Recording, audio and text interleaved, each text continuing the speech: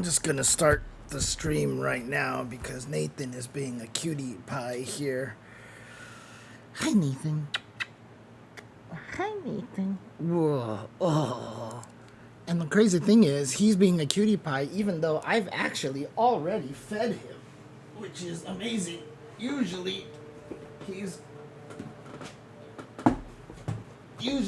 trying to be manipulative.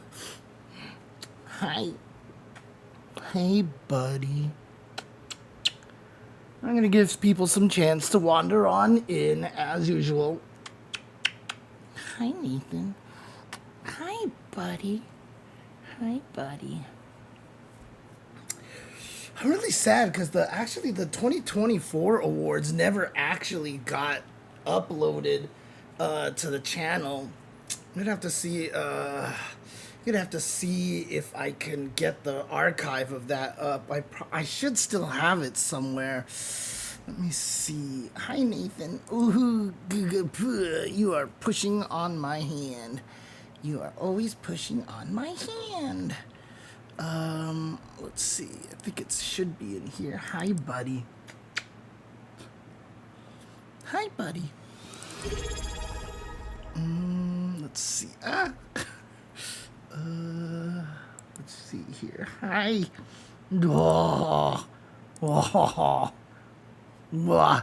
I did the match of the year, but I didn't actually do beyond match of the year because of I had planned to do them like week by week and stuff, but what happened was that's when Jasmine got sick. And so after Jasmine got sick, I just stopped streaming completely. So, oh no, Forrest is cool. He's been here for a very long time. And he was talking about Chinese food before you showed up, so I was asking him. So, Forrest is definitely a very loyal viewer here. Okay. Hi, Nathan. Ugh. It's also so warm over here in Southern California right now. Look at you, little buddy here. Ah, this boy here. Oh, what's up? Ah, you want the face scratches. You want the face scratches. Yeah. Hi. Hi, buddy. You know what I need? I need to get something that I can use as a, like, microphone stand here so I can set up, like, cat cams or something like that. Probably just find, like, some sort of box or something, but I need something sturdy that like, has weight so that it doesn't fall over and the camera can just kind of sit on so I can use it as a camera. I mean, I could use my Tetris Effect connected box over here.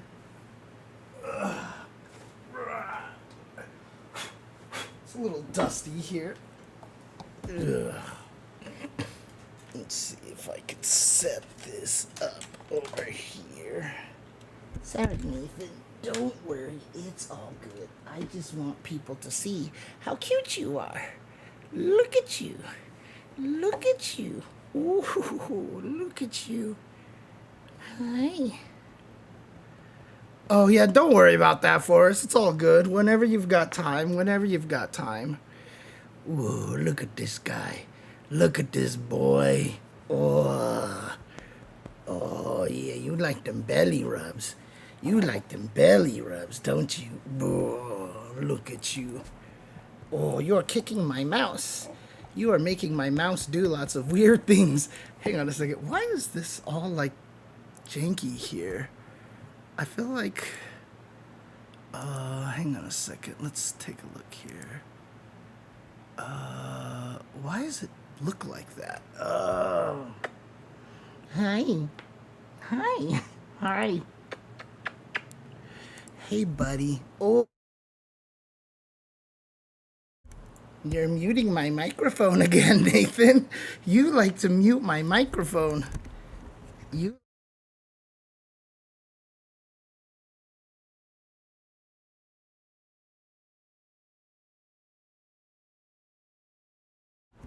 He got slobber onto the top of the microphone, so for some reason, I actually could not, like, unmute it.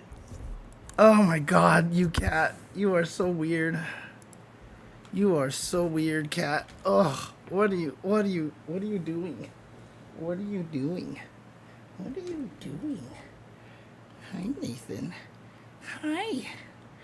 Hi. Okay. What am I trying to do here? Why can't I actually... That's so bizarre. Why can't I actually edit this? Ah, it's so weird. Doesn't make any sense. Oh, because of that. That's why. Okay. Now I can do it. Yeah. So the position should be 0 and 0, right? Like so. But then it gets all messed up like that. What is going on? Why is that? That doesn't make any sense. No. Huh. Weird. Okay, this camera is like all over the place here. Actually looks better already. Okay. Hi, Nathan. Hi, Nathan. Hey, buddy. So, hello, everybody. I hope everybody out there is doing well. If anybody's got any, like, fun questions or anything, or, you know, wants to,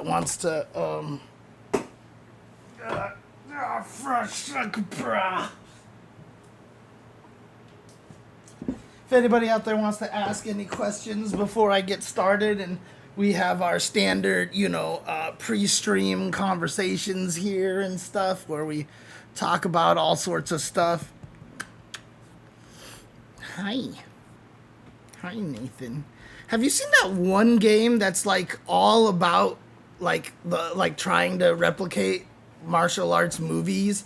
There's a fighting game that tries to replicate that. Oh god, what is it called? It's like something Shaolin something.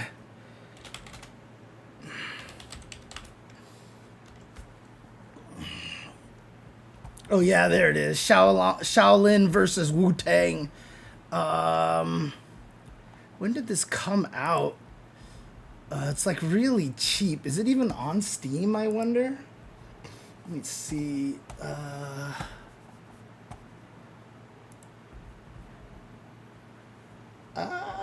That's not Steam. I just opened Fightcade.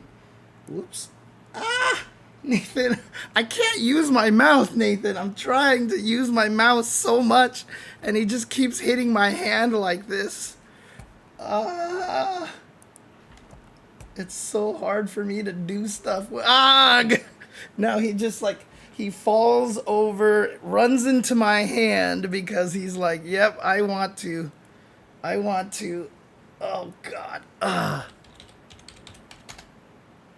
Yep, there it is. Shaolin versus Wu-Tang. Only $10. I actually don't know anything about this game, so I can't speak to its quality, Forrest. But let me see if I can show it to you over here. Oh, interesting. I have that view over here, too. Okay. It's a game called Shaolin versus Wu-Tang. Let me see. Do I have my... I gotta unmute this. So this is a fighting game. I don't know anything about it. I cannot speak to its quality. It's jank but fun. Okay, that's cool. Thank you, Tango Tez. Oh, why does it always do that? I swear it's weird. I always think that I make it so it doesn't do that, but it always does. Usually J and V is in here to let me know. All right, here we go. So it's... That is Wu-Tang.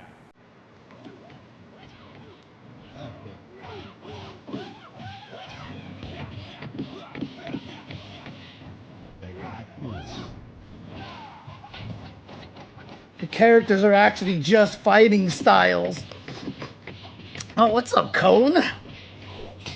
Surprised it's not too... Oh, is it Jet lag, perhaps?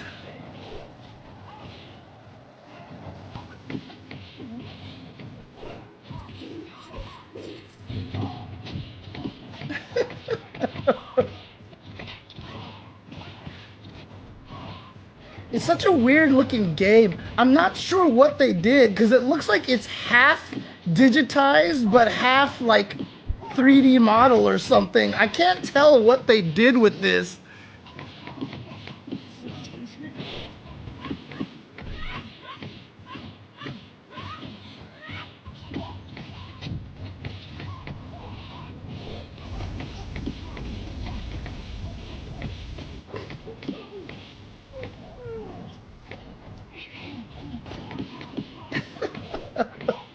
Because it's fascinating because I've always wanted to make a fighting game that was more like actual kung fu, you know, and I had this interesting idea of how I would make it work. Now, they're not doing what, well, this character does a little bit of what I had thought of, which is make the blocks on actually just look like dodges and stuff like that, that I thought would be interesting. And I really kind of wanted to make it really free flowing and stuff like that, but it would just be one of those games that you'd have to design little by little to actually see if you could make it work, you know. The funny thing is, well, let's see, I want to see some, let's find out some information about this game over here. Let's see, what was the release date of this? Let me see. Fighting game, Shaolin versus Wu-Tang. I mean, it's a terrible name for a game, but still, you know. Is there any, like, okay, they're trying to see if there's actually, like, right, it says release date July 26, 2018, but I wanted to see if I could find a Wikipedia article or something about it that just has a little bit more information about this game over here. As you can see, it's only currently $10, so I don't know what the DLC here is. What are these bundles over here? Oh, I see. This is multiple games. I see. So this is a bunch of games for $29. I see. But the game is only $10. So if this is something that just looks cute and interesting, it'd be really interesting to oh, there's a part 2.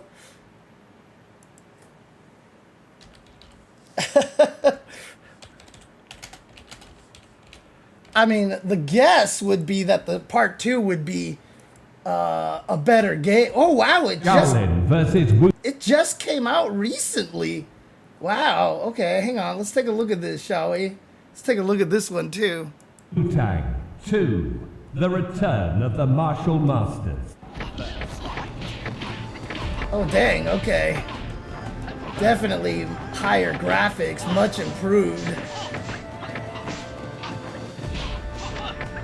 Like, I'm curious what the controls are, and does this game actually have strategy? It's really funny how that one style is just Bolo Young, and they just put Bolo Young's face there.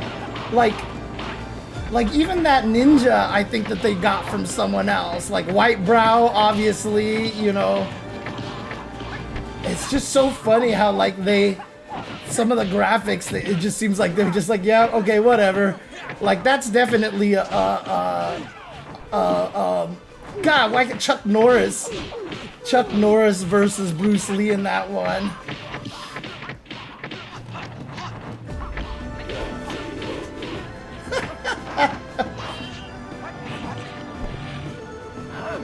Drunken Fist is obviously just Jackie Chan, of course. And there's an old drunkard. Oh, right, of course, yes. His teacher.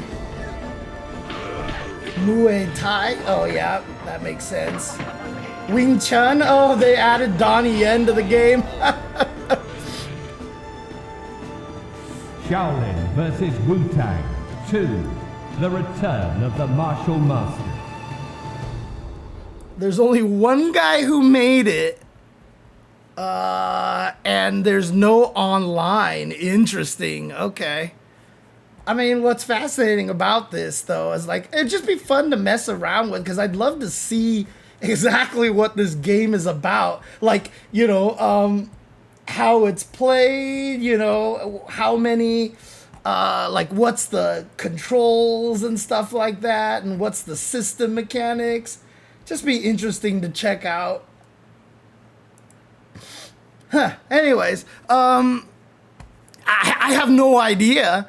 I mean, if you have a game like that these days that has no online, what largely that probably means is that there, without an online, there's probably not a very good way to understand, like what it's like competitively. I don't know if there's a lot of people who have actually sat down to, you know, like play this game seriously between, you know, two people and such.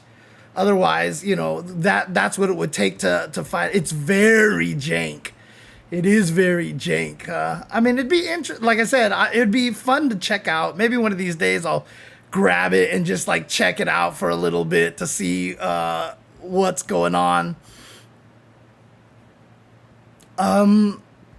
However, what was I gonna say about it? It's a neat idea. Seems really cool. And, you know, they always say, like, you know, one of these days, you know, if I ever sat down to learn how to make video games and stuff like that, I would actually try to learn how to, you know, make a fighting game or something like that. But it'd be really interesting to try out. Melee doesn't have online, you know, but Melee was also from an era where people would travel a lot more. So people are not traveling as much anymore. So it's really hard to get a lot of offline play.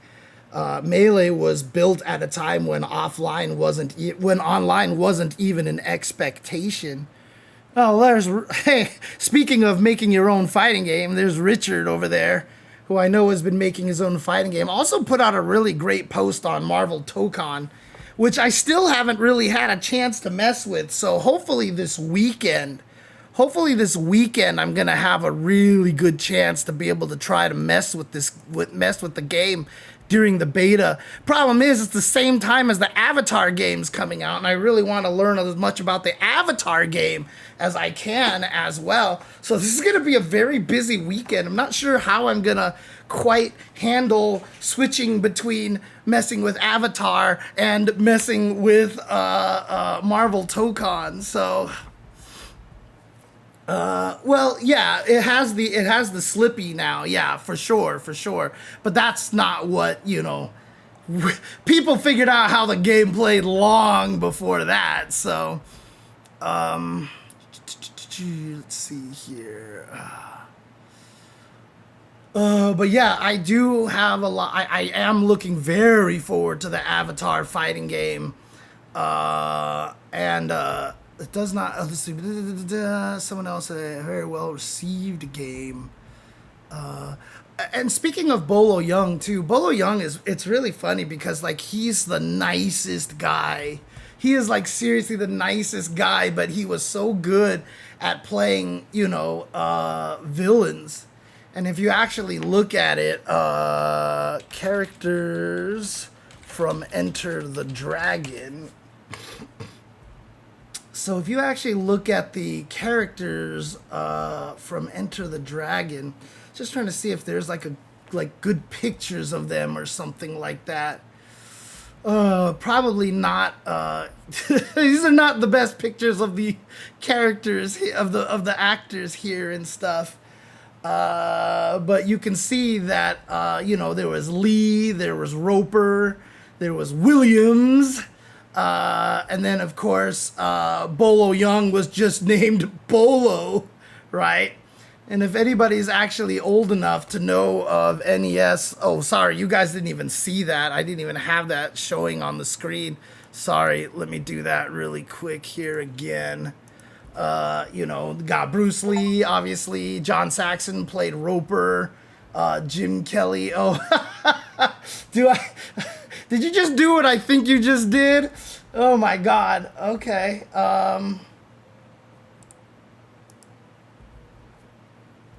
Shaolin versus Wu-Tang. Let's see. God, how do you find this stuff? I never know where to like actually find this stuff. Oh yeah, there it is. Okay. Oh, but you got. Wait, hang on a second. Hang on a second. You got me part 1. They were talking about how there's a part 2 now. Is there a way to if I decline the gift, does it return you the money? Because I would like to check out the second part, actually. Investigation code. Hang on one second. But yeah, if you guys know about NES Double Dragon here. So NES Double Dragon had a versus mode in it. Let's see here. Yeah, mode B. And if you actually look at all the characters you can actually play in that game. So Billy and Jimmy are obviously based off of Bruce Lee, right? They're just based off of Bruce Lee. But if you actually look at like the characters that are actually here, actually, I'm surprised they actually have it as Rauper there, because originally his name was Lopar on that mode. Let me see if I can find. Well, the AI here kind of describes it here. Let's see. But yeah, if you noticed, all the character names are Billy, and then there's Williams, and then there's they called them Lopar originally. Let me see. I'm trying to see if there's a good like accurate description somewhere over here. Yeah, mode A. In this version, Jimmy, due to the technical limitations, But yeah, basically, in Double Dragon, in that versus mode, you had a Lopar, who's Roper. You had Williams there. Did they just call him Will? I can't remember. Let's see. God. Where is this information here? Mode B. Thank you, Cone. Appreciate it. This was one of the first fighting games that were out there, and me and my brother used to play this and try to beat each other up all the time in this game. But yeah, it's Billy, if you look here, then it's Will, who's Williams, and then there was Lopar, who's Roper. Linda is the name of Bruce Lee's wife, and then Abobo is supposed to be Bolo Young, right? So this is Abobo, one of the most famous Double Dragon characters, is based off of Bolo Young. I'm not sure if Chin is actually, you know, based off of the main bad guy of the game or not, of the movie. But yeah, that's basically, they got all the names from this game. So the Double Dragon game, you know, all the characters that you've known for a very long time are all suspiciously named as similar names to the what do you call it? To the Enter the Dragon. And it's really funny too, because if you haven't actually seen it yet, Forrest, or anybody else, you should check out, there's a video out there that actually shows how similar Enter the Dragon and the Mortal Kombat movie is. So the Mortal Kombat movie and Enter the Dragon are like almost the exact same movies. Like they have almost the exact same plots and exact same characters and everything. It's really kind of funny. If you actually have a chance to check it out. I know there's a video out there that shows that.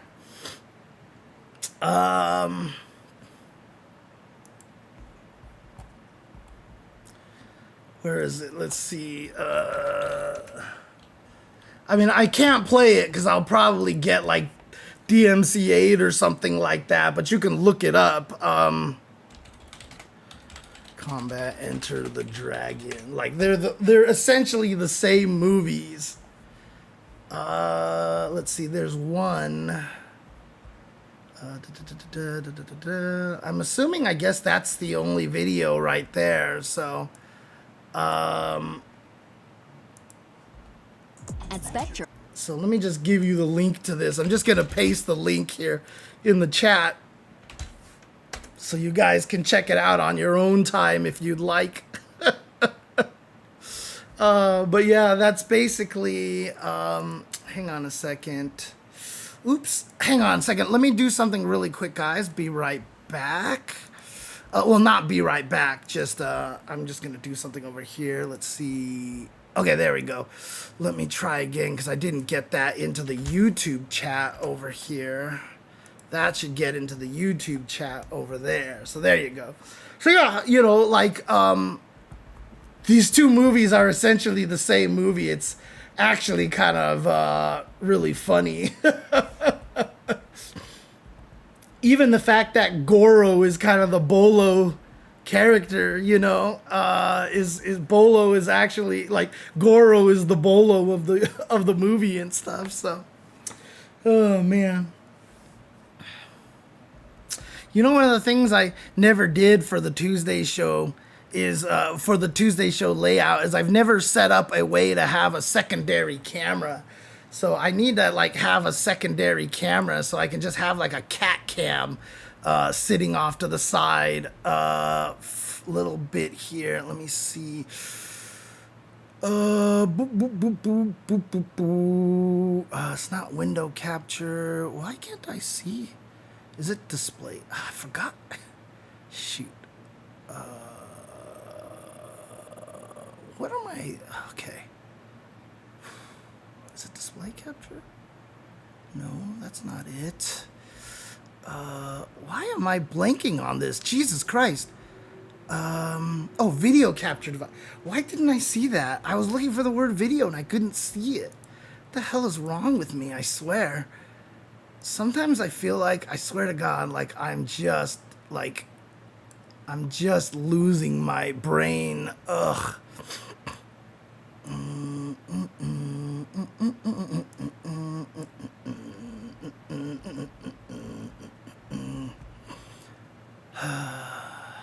Doesn't Twitch have like a character limit for how long you can make the name, if I'm not mistaken?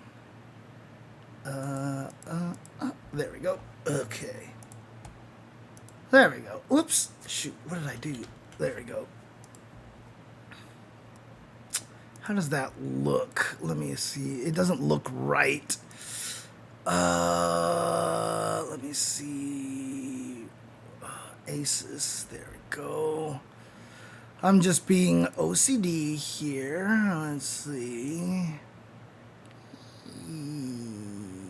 Yeah, that's better-ish. Yeah, that'll do.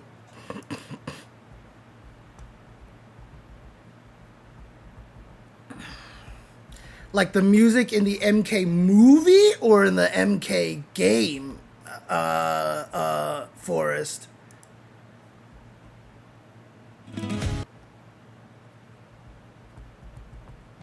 Oh no, it's just somebody actually covered it is what it is. Someone actually just took the MK2 music and turned it into that. So, okay. All right. Well, I do have a nice little cat cam over here. And so probably just going to go ahead and start the stream.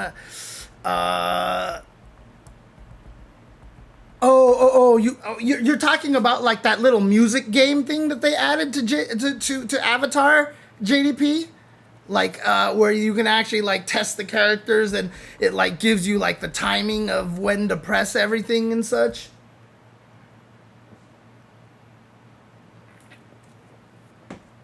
I mean, there's a lot going on in these games, and I'm definitely going to try to look into as much of it as I can. Yeah, I mean, the rhythm game aspect of it is really cool. I need to try it out for myself to see, like, how it feels to me.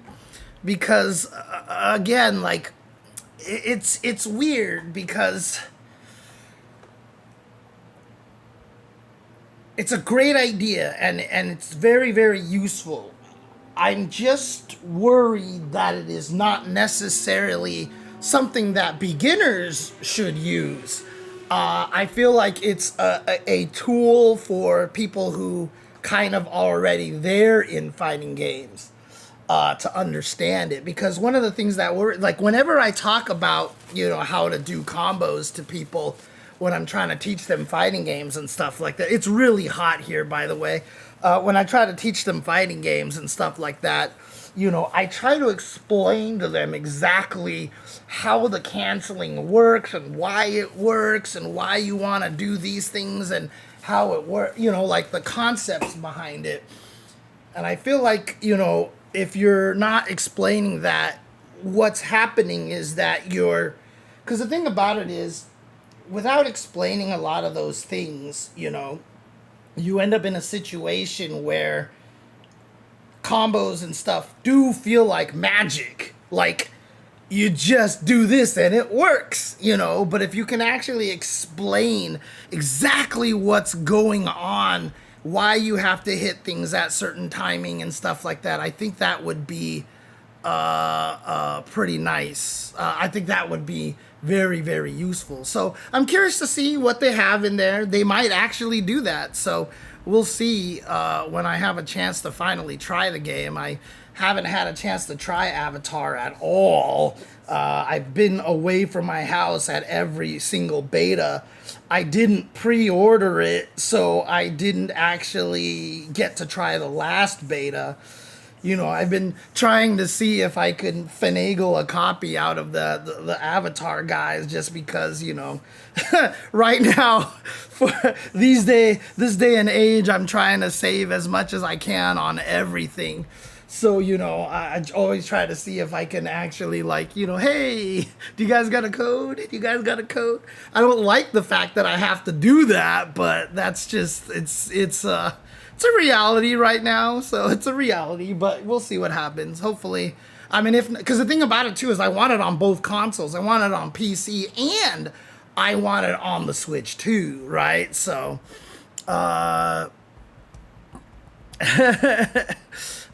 well, so when you say that movie came out a long time ago, there are so many ways to interpret that, because there is a terrible Avatar: The Last Airbender movie. Then the Avatar Last Airbender movie got leaked before it was supposed to be shown. Like, it got leaked, and so, everybody's seen it, even though it hasn't been released.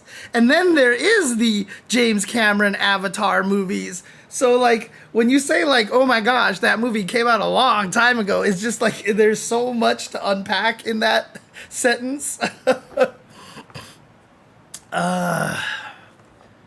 Yeah, that's the Avatar, what do you call it? That's the James Cameron Avatar that you're talking about, with the amazingly named Unobtainium. Just amazing. Yeah, so let's see here. Okay. Okie dokie. I think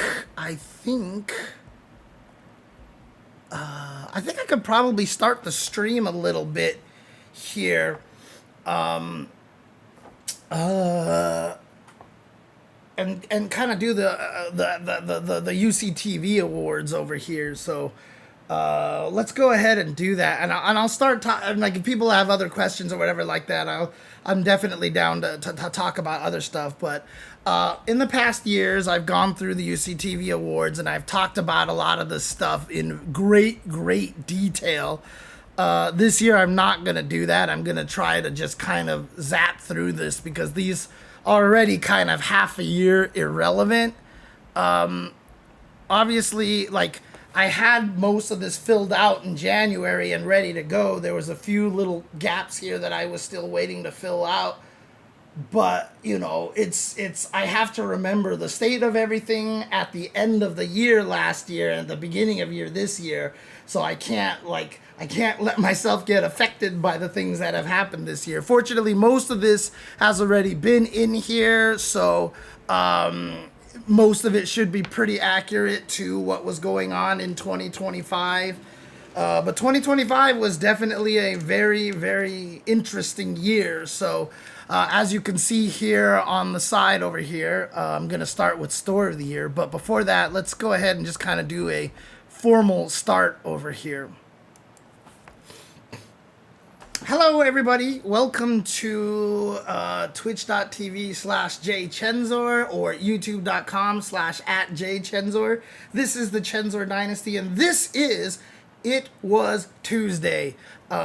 Essentially, I guess you could say the solo continuation. This is the wings of the UCTV Beatles, the Ultra Chen TV Beatles.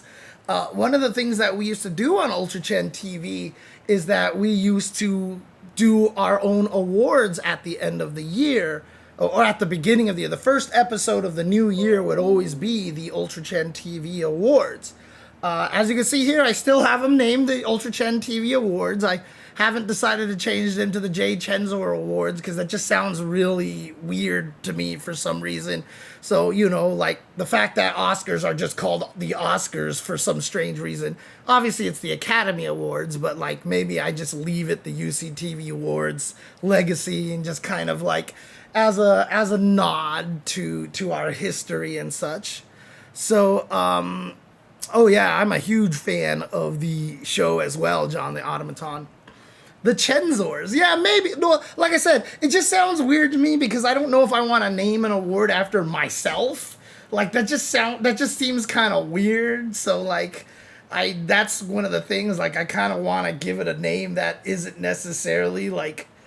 So UCTV Awards kind of works for now, right? So we'll just leave it that way for now. So but again, normally we do this at the first episode of the year. And in fact, for me, I actually did Match of the Year as like the second show this year. I actually went through my matches of the year and I showed them all on stream, going through them and talking about exactly why I thought they were crazy ass matches.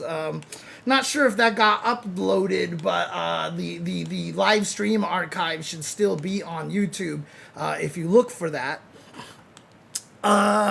So one of the things that happened was I did that, and then quite quickly, shortly afterwards, 2026 started kind of derailing on me.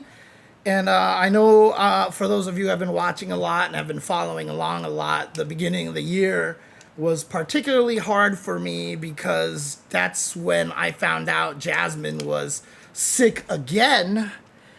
This time, you know, terminally so. And there wasn't any real way that I could save her anymore. And so I just stopped streaming. I just kind of like disappeared. And so the rest of the UCTV Awards outside of Match of the Year never happened.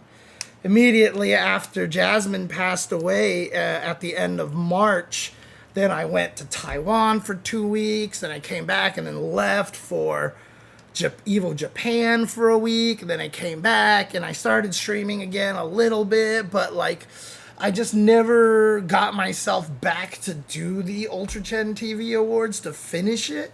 And so that's what I'm going to do today. But like I said, since a lot of this is like half a year old and stuff like that, I'm not sure how much there is to discuss about this because a lot of things have changed and some of these things are, I mean, there's still some good, good points here, but like, I don't feel like I need to go over them in as great of detail as I have in the past. So let's go ahead and get started over here and let's talk about these categories one by one. I'm going to do Story of the Year, then the Worst of the Year, then the Commentator of the Year, Content Creator, FGC Member of the Year, Newcomer of the Year, Event of the Year, and I'll recap the Match of the Year. And then I will do Fighting Game of the Year, Player of the Year, and then, actually, no, I'm going to do Player of the Year, then Fighting Game of the Year. And then I usually have a random select award and then a personal resolutions. I don't need the resolutions, and I'm gonna tell you right now, I don't really have a random select award because it was a while ago and I can't remember anything that happened last year. So I just kind of figured I'd open it up to discussion to see what all people are talking about and stuff. So what you guys are thinking are significant and stuff. Oh, thank you, John the Automaton. I wish. But let's go ahead and get started here. Let's get started with the story of the year here. And this one is an interesting one because, like, this could have been part of worst of the year, but I put it into story of the year because there is a silver lining and there's a good side to this story, and that is Kakeru's retirement. Oops, where's the apostrophe S? Kakeru's retirement. If you guys don't remember, this was just 2025, and it's crazy how it feels like this was so long ago already. But Kakeru won Capcom Cup in 2025, defeating Blas in grand finals to become a Capcom Cup champion, and he won $1 million for that. So he actually was able to get $1 million. He kept playing, got to grand finals of EVO, where he lost to Mena RD. But then going to EWC, he got very sick while at EWC. And he started posting about how he pulled himself out of the tournament and stuff, and he really couldn't play.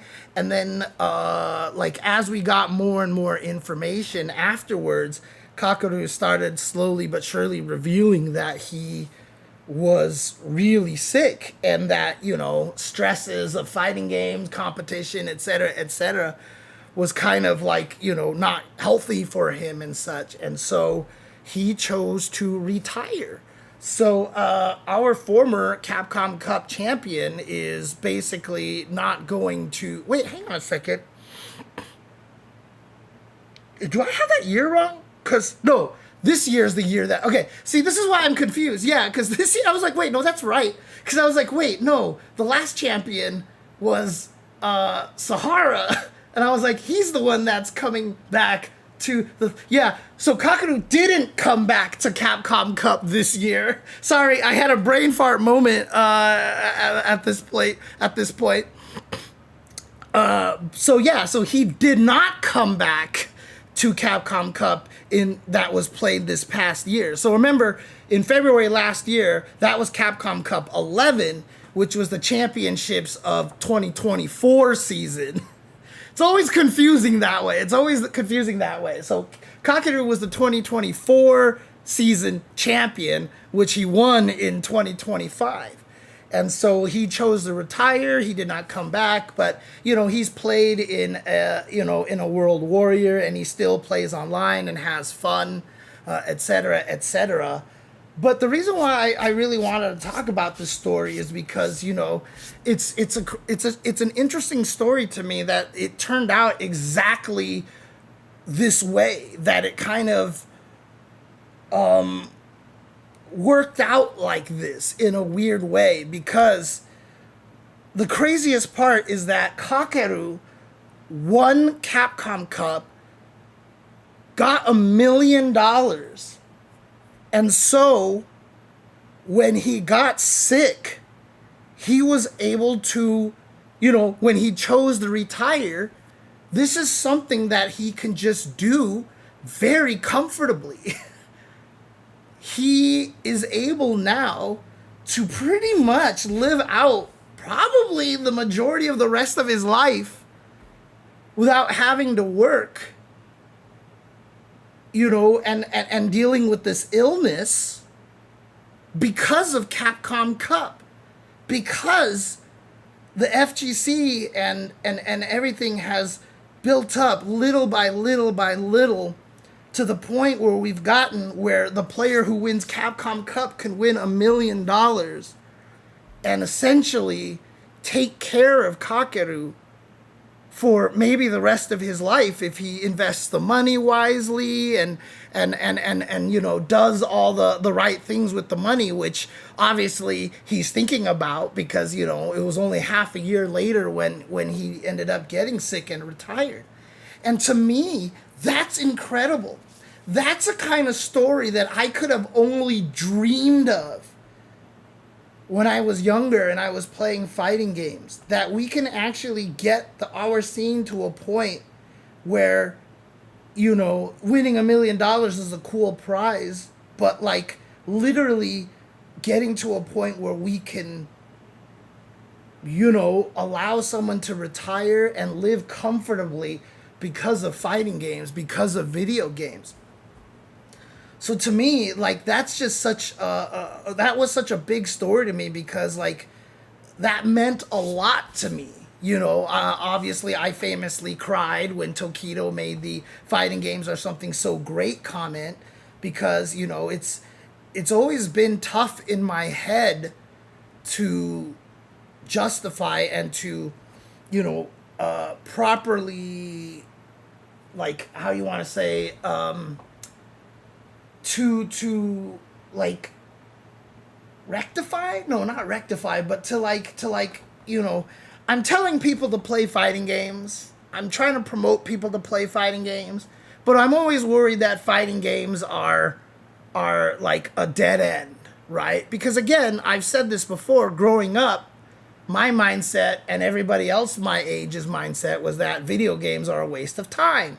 And the amount of time you dedicate to a fighting game, you could be dedicating to something else that can actually make a difference in your life. You know what I mean? Kind of thing. And when you grew up, you had to quit fighting games because you were going to get a job and all these things. And so fighting games have always felt like I'm like the Pied Piper, right? Like, I'm like, come play fighting games, you know, but secretly it'll ruin your life, you know, kind of thing. And so when Tokido made that comment, you know, it meant a lot to me, because he was basically saying that it was worth it to continue to play this whole time, because he was able to achieve that. And then the story of Mena RD, for example, or like Knuckle Dew, for example, the year that he won, he was going through a lot and he won and he was able to help his family and stuff like that. Obviously, he had some, you know, financial troubles, which he's talked about due to taxes and stuff like that. But, you know, Mena RD, who has been able to do so much with this money and like help his own country. He's become like, you know, a spokesperson. He's a celebrity in the Dominican Republic. And now we have this story of somebody who has this illness and, you know, he can afford to retire, to take care of himself, to really live out a comfortable life, regardless of if the illness gets worse or if it gets better, because of fighting games. And I think that that's really, really cool. Oh, man. You retired at 55? Jesus Christ, Dash No Chris. You gotta teach me, dude. Because I'm not far off, and I'm not doing so well for myself right now. So I can't help but to think some of them retired because they feared they were no longer competitive, especially for being champs. Kind of. If you're talking about like a lot of these super old school players who like were super good, like the Mike Watsons and stuff like that. I've talked about that. That's a whole nother story. If you're talking about Uma, like Uma literally said, I don't want to work anymore. If I can win Capcom Cup, I will never have to work again. All right, let's try to win it. And then he did, and he was like, cool, I don't ever have to work again. And then he quit. So like that was literally his goal from the beginning. So that's the way it worked over there. Oh shoot, I didn't see that. Hey, thank you for the raid, Ray Lynn. Appreciate it. Thank you very, very, very much. Yeah, well, I mean, I want to be working until I'm very old because I love the FGC and I don't want to stop helping the FGC and doing stuff in the FGC. So even if I am working till I'm old, you know, hopefully I can. because hopefully that means I can still be useful to the scene for quite some time, you know, so I don't necessarily mind it. So yeah, oh boy, yeah, so so yeah, I'm really happy to see. So that's why this story means a lot to me. That's why I think that the story has a lot of significance, because, you know, we as the FGC, again, like, it's cool. We obviously want to get bigger. You know, we want to be esports, and, you know, to me, you can be esports without losing your personality and losing who you are, and that's very important to me as well. So that's why I always want to be able to keep open tournaments. I always want the commentary and stuff to be wild and very free form, etc., etc. So thank you for the follow, Wilkie. Appreciate that very much. But yeah, that's kind of the idea. So, you know, the fact that the FGC has gotten big enough that someone like Kakadu can retire and still be able to live comfortably is amazing to me. And it's because of fighting games, right? It's because he played fighting games and he was really good at fighting games, and now he can live a very, very comfortable life. So that's just really such a cool story to me. And again, remember, this was at the end of last year that these stories were. So my number 2 story, hey, shout outs to a hype train. Whoa, did you gifted 50 subs? What the hell? Is that true? Holy crap. Holy crap. Oh God, this is gonna be, I guess they don't throw all 50 of the subs on the thing here. I guess they know if there's a certain amount of subs, then it just sits there forever. Thank you, the Wilkie. Man, I appreciate that. Oh no, they all did show up. Holy crap, they just all zoomed right through. To Scorpion's Pupil, Melon Soda Addict, Init Purple, What the Duck, Hatsuma, J Mala, Smelly Beetle, Thrusty Zol, Carrick Sims, Mr. Midnight, Old School Spidey, Vidus, Swag Streams, Argomile, Terry Bogard WF, or maybe Wolf or something, Old School Noob, Furl Uno, Nini Kumaz, JDP Mirror System Mind Games, Zombooman, Shoddy Fiddle, NGTMFDSHT, Simachio or Simachio, CRMS, Jewel Zero, Tengu Tez, Catacap, Izaku Cruz, Drunken Banana, Ray Lin, Mizutaki, 0617, Moss Beats Games, Life, Mr. Howard 123, Speed Kills, BLK Rage 38, Ebenezer Grinch, Chiavoni, Rick Prime, Big Massive, Mashed Potato Tower, Dash No Chris, Commodore Amiga, The Access Dean-Eyed, Living Legend 26, Uka Munka, Forest 613, Jay Broski, Peter 0611, Jotaro Star Platinum, and Obzenic. Thank you. Wow, appreciate it. Oh, hydrate. You are right.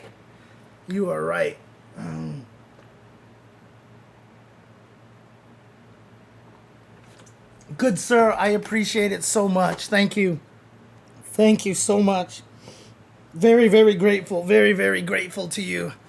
Appreciate it. Yeah, it's a lot of names. So I got a lot of subscribers now. Woohoo! Let's go.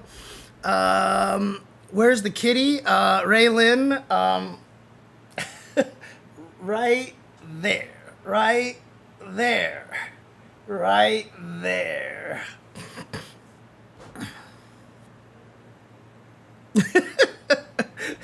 Hi, Nathan. I'm just giving you little scritches, that's all, so people know that you are there. Hey, thank you for the follow, Maruxi, or Maru13. But, okay, let's do story number 2, shall we? My second story of the year where tag fighters are everywhere. Because seriously, at one point in time, we had like no tag fighters. Like Dragon Ball Fighters was a big deal because it was like the only tag fighter. Oops. Uh-oh. Ah. Shoot. Give me 1 second, guys. I need to do something over here. Hype Train leveled up to level 9. Holy crap. I don't know if I've ever gotten that before. Hang on. Oh no! Sorry, I didn't mean to knock the cat out of the camera. Now he's out of the camera. Shoot. Okay. Alright, let's start this again over here. Are you not gonna do it? Are you? Come on, come on, come on, come on. There we go. Okay, there we go, there we go. All right, all right, let me start that again, shall we? So yeah, I mean, the crazy thing is like, for a while there, it felt like Dragon Ball was like the only tag fighter.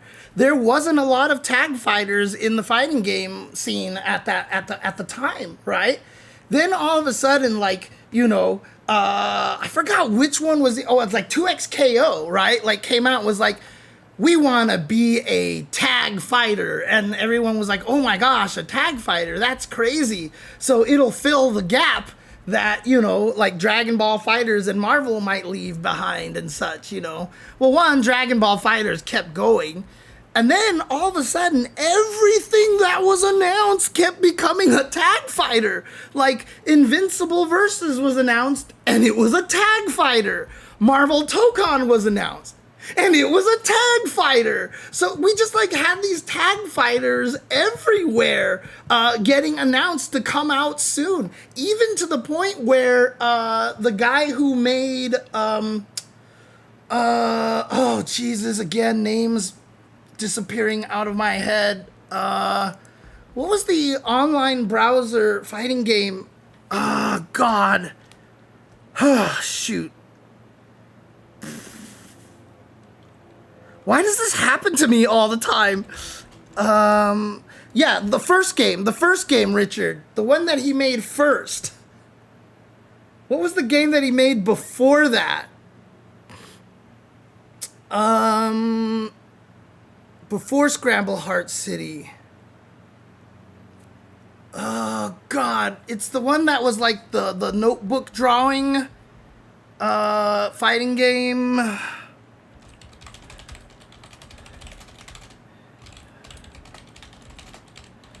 I'm so terrible at finding information on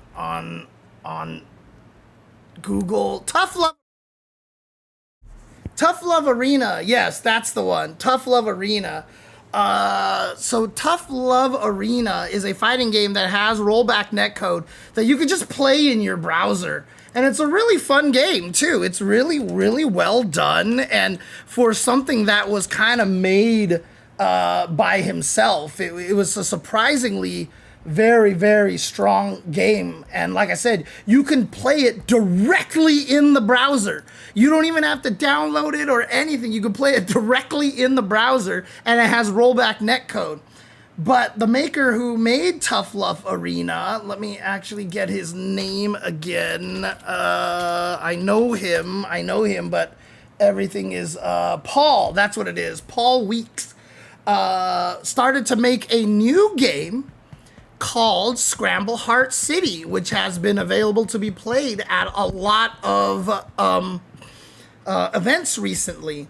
And it's going to be essentially a new Tough Love Arena because it's same kind of thing. It's going to be playable in a browser. It's going to have rollback netcode, but it's going to be a tag fighter. Like Scramble Heart City is going to be a tag fighter as well. Dude, like everything, yeah, I guess we can talk about DCKO, which is coming out, which is also a tag fighter.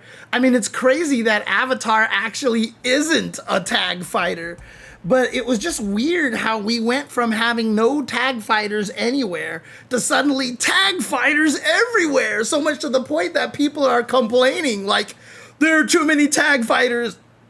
Like, where's all my one-player fighting games, you know? So, like, I think a lot of people are looking forward to Avatar for that reason, that it is a one-player game kind of thing, you know? And it's funny because I've always said I wanted to make Rival Schools a tag fighter as well. And now I'm just like, oh, God, would people get mad about that? So, you know, there is a lot of tag fighting going out there, and it's really, really interesting to me that that's what's happening. We've somehow just, like, after Marvel 3 kind of stopped being played as much and MVCI kind of came out and fizzled, Dragon Ball FighterZ was really the only tag fighter left. Kind of like how Tekken was the only 3D fighter for a long time. And now, suddenly, like, tag fighters are coming out from everywhere. So it's really fascinating to me that somehow we just ended up with so many tag fighters. So it's really, really kind of neat, to be honest with you. So it's kind of exciting to see. And hopefully, you know, with the good variety, because, you know, one of the interesting things about tag fighters and one of the interesting things that I've seen already is that all the tag fighters are kind of the same. Like, even if I made my Rival Schools game, it would be, my goal was to make a tag fighter that didn't play like the tag fighters that you see nowadays. Because if you look at most of the tag fighters, they're very much Marvel-esque, right? Which is just like, the mix-ups are crazy, the speed is absolutely nuts and stuff.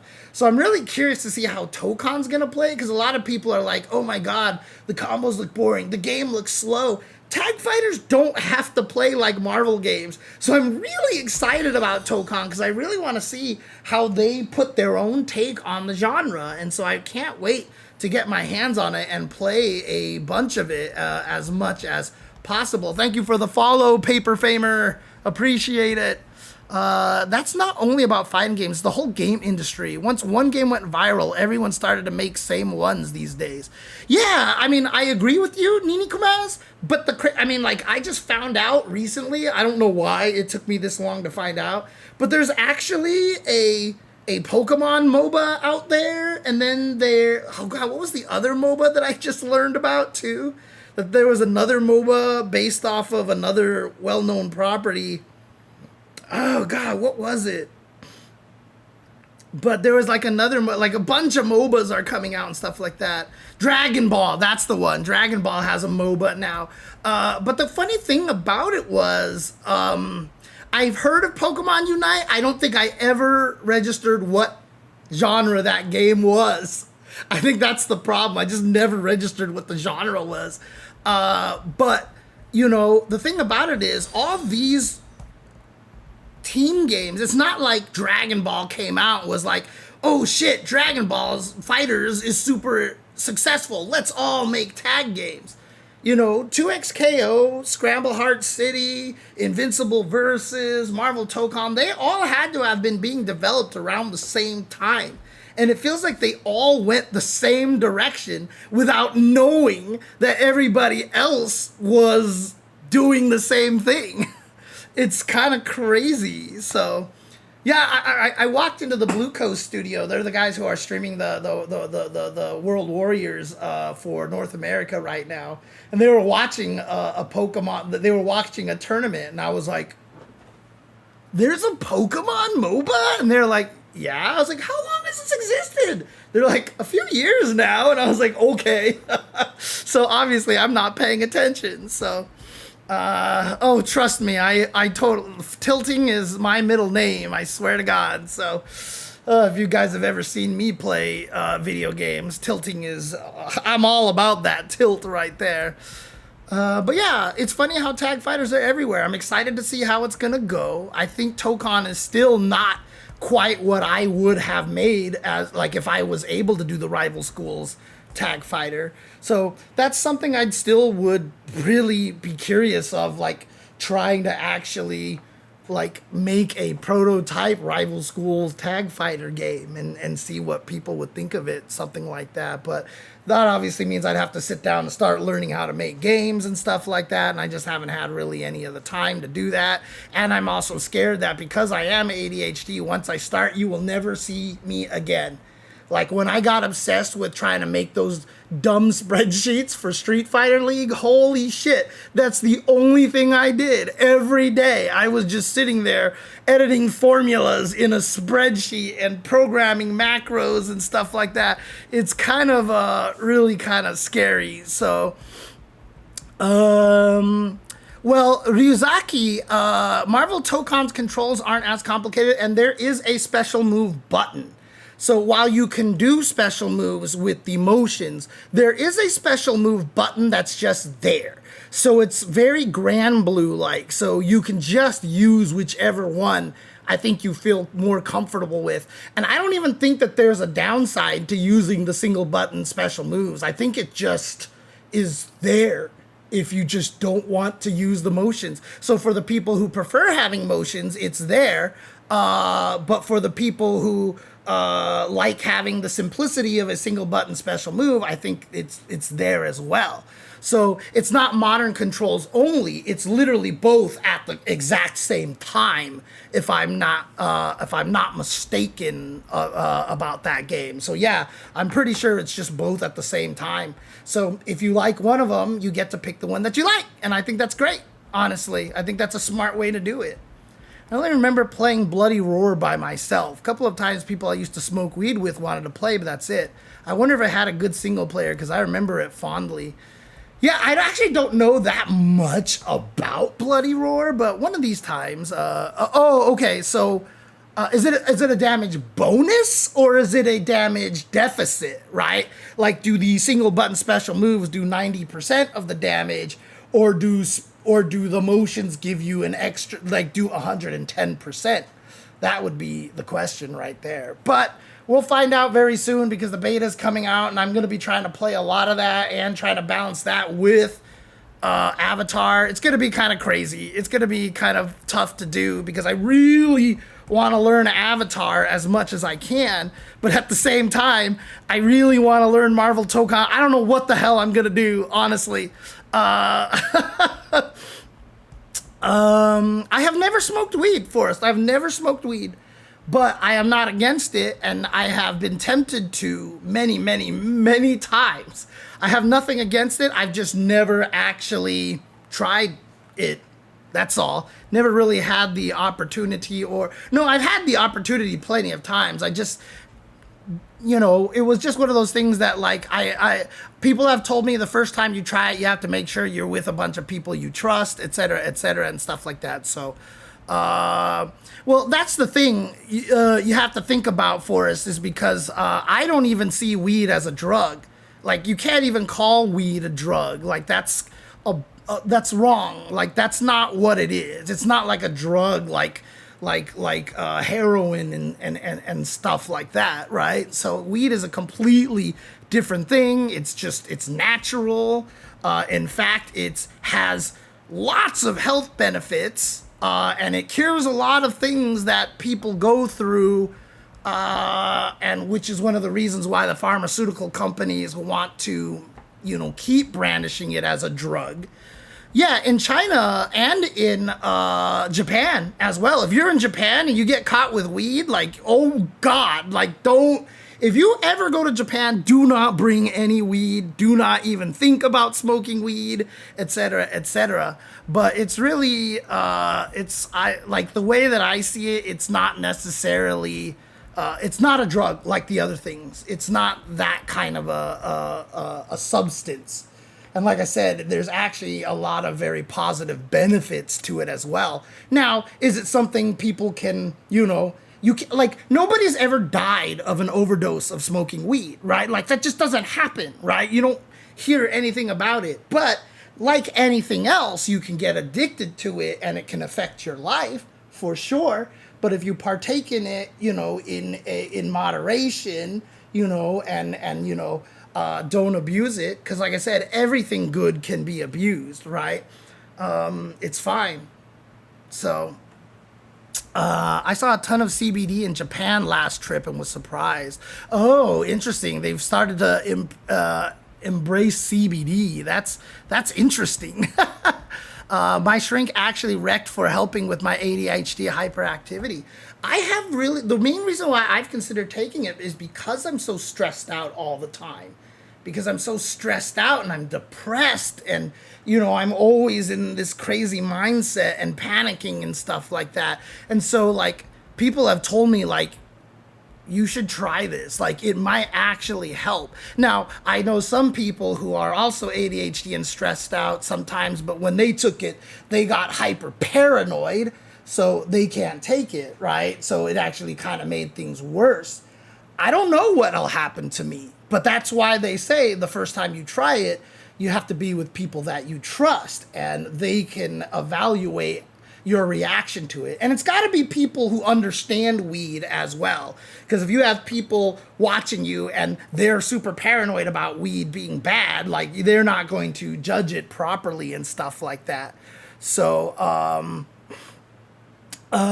it tends to make you eat unhealthy food and watch dumb movies like Half Baked. Yeah, like John the Automaton says, I do at least a lot of that on my own. So yeah. Well, weed comes in so many varieties. So, like, I've been in weed shops before, and, like, before I was just like, oh, it's just weed. And you walk into that room, there's just like I went into like a weed shop, like, that probably was kind of like illegal-ish.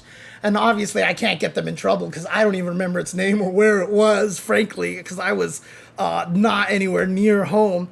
But, they were, like, selling, like, the pure, like, source kind of things that you would grind and make yourself. But, like, there are just, like, all sorts of different variations. And I was like, holy crap, I didn't know it was so crazy like this. So it's not even just, like, sometimes they add stuff to it. There's just, like, a massive, like, variety out there and just so many different kinds.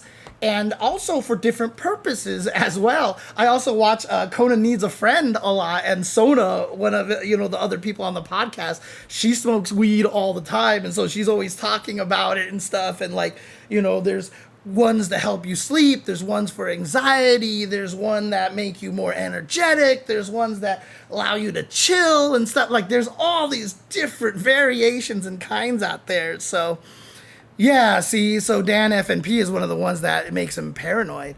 I used to smoke every day for 7 years. The last 2 years, I got really paranoid and depressed and just quit. Nowadays, I smoke like a couple of times a year and all is cool. Just not a good idea if you're a lost teenager and no limits. Yeah, again, as with anything, everything is abusable. I mean, let's face it, I abuse soda, and there's nothing good about soda at all. There are no help. Weed is better for you than soda is, okay? And the amount of soda that I drink, like, I shouldn't even be scared to try weed because everything about weed is better than soda.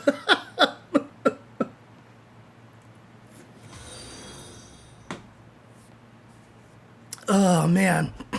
So, like, how can, like, you can't look at weed and be like, oh my God, I refuse to partake in, because it's one, like I said, it's not a drug. Nobody has overdosed on weed, right? Like, there's no such thing. And when the government tried to do a bunch of, like, arrests, and when they tried to criminalize weed, like, if you look up in the history, it was largely around, I think it was the Nixon presidency, where they first criminalized weed, and they basically they basically gave it away for free in a lot of, like, black neighborhoods, and they criminalized it by trying to get a bunch of black communities smoking weed so they could just start arresting them, basically. So, like, a lot of how America treats weed and stuff like that is racially motivated and pharmaceutical company motivated, et cetera, et cetera. So,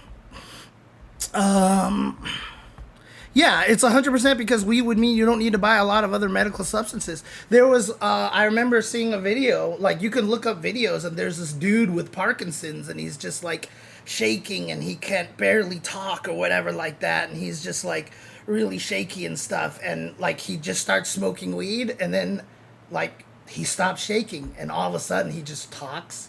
he's super cognizant. He's like, yeah, so blah blah blah, whatever, and everything is just like normal all of a sudden. So yeah, like there's a lot with that. So yeah, I know Archer Carter, but I like this part of the show anyway. So this is stuff that we do anyway. But yeah, like there's a lot of health benefits to that. People who are paranoid, it can help them. People with ADHD, like me, can help them. And I took a bunch of ADHD meds and it didn't really help. So I wonder sometimes if I took weed that if I started smoking weed like casually, like a little bit every once in a while, I might actually even stream more. Because I'd just be like, yeah, let's just stream, whatever, let's go. Because right now, these days, I'm like, oh, God, I got to stream. And, oh, shoot, the introvert and all this, like, stress and all this stuff. So, which characters in Street Fighter smoke weed? Well, I mean, like, DJ probably, right? Dhalsim for sure. I don't think Blanca smokes weed. Blanca's a little too hyper to be smoking weed, to be honest with you. I actually wouldn't even be surprised if Ryu smoked a little bit too, just to keep himself calm and focused. And as medicine, medicinally, you know what I mean? So oh yeah. I mean, I grew up thinking weed was a drug, and I was like, oh my God, I'll never do weed, which is why I haven't done weed, because I always considered it a drug. And also, I do think it smells really bad. Oh, you're right. He's too proper Japanese. You're right. He would not. You're right. Okay.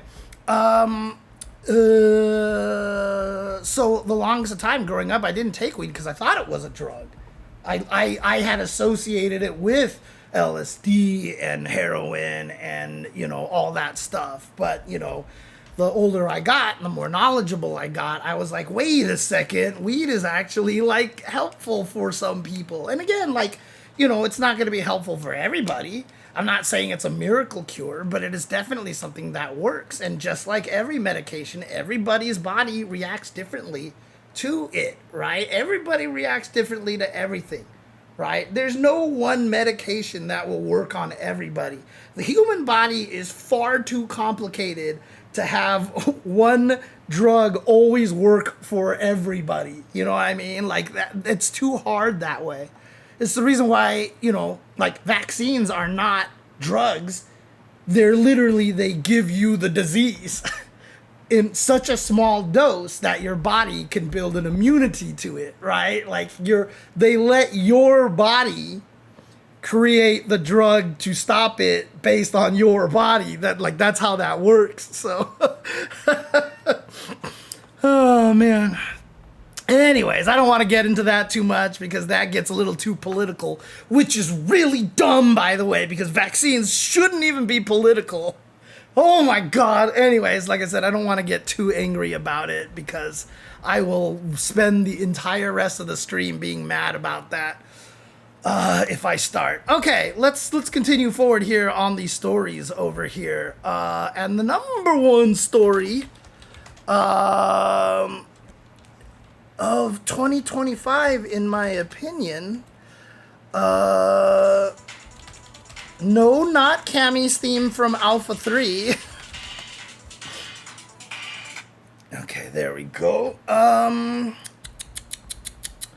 Oh shoot, that reminds me. Okay, I gotta do something really quick. Hang on a second. But the number one story really just is the growing Saudi presence in the fighting game community. This is something that we can't ignore. This is not something that we can just, be like, yeah, this'll pass. This'll pass. Because it's not really going to, at least not for the foreseeable future. The Saudi prince is a huge fan of fighting games. He loves fighting games, and that's why they have a 95% stock ownage of SNK at this point because he particularly likes SNK. We have EWC. They bought out RTS, which runs Evo, and so the Saudi presence is growing, and it is going to become a bigger and bigger factor, in my opinion. Like right now, there's obviously some people who are speaking up about it. There are people, for example, who didn't go to Evo last year because of the fact that the, Saudis have now majority ownership of Evo at this point. I have gone to EWC. I have done EWC commentary before. I still work Evo.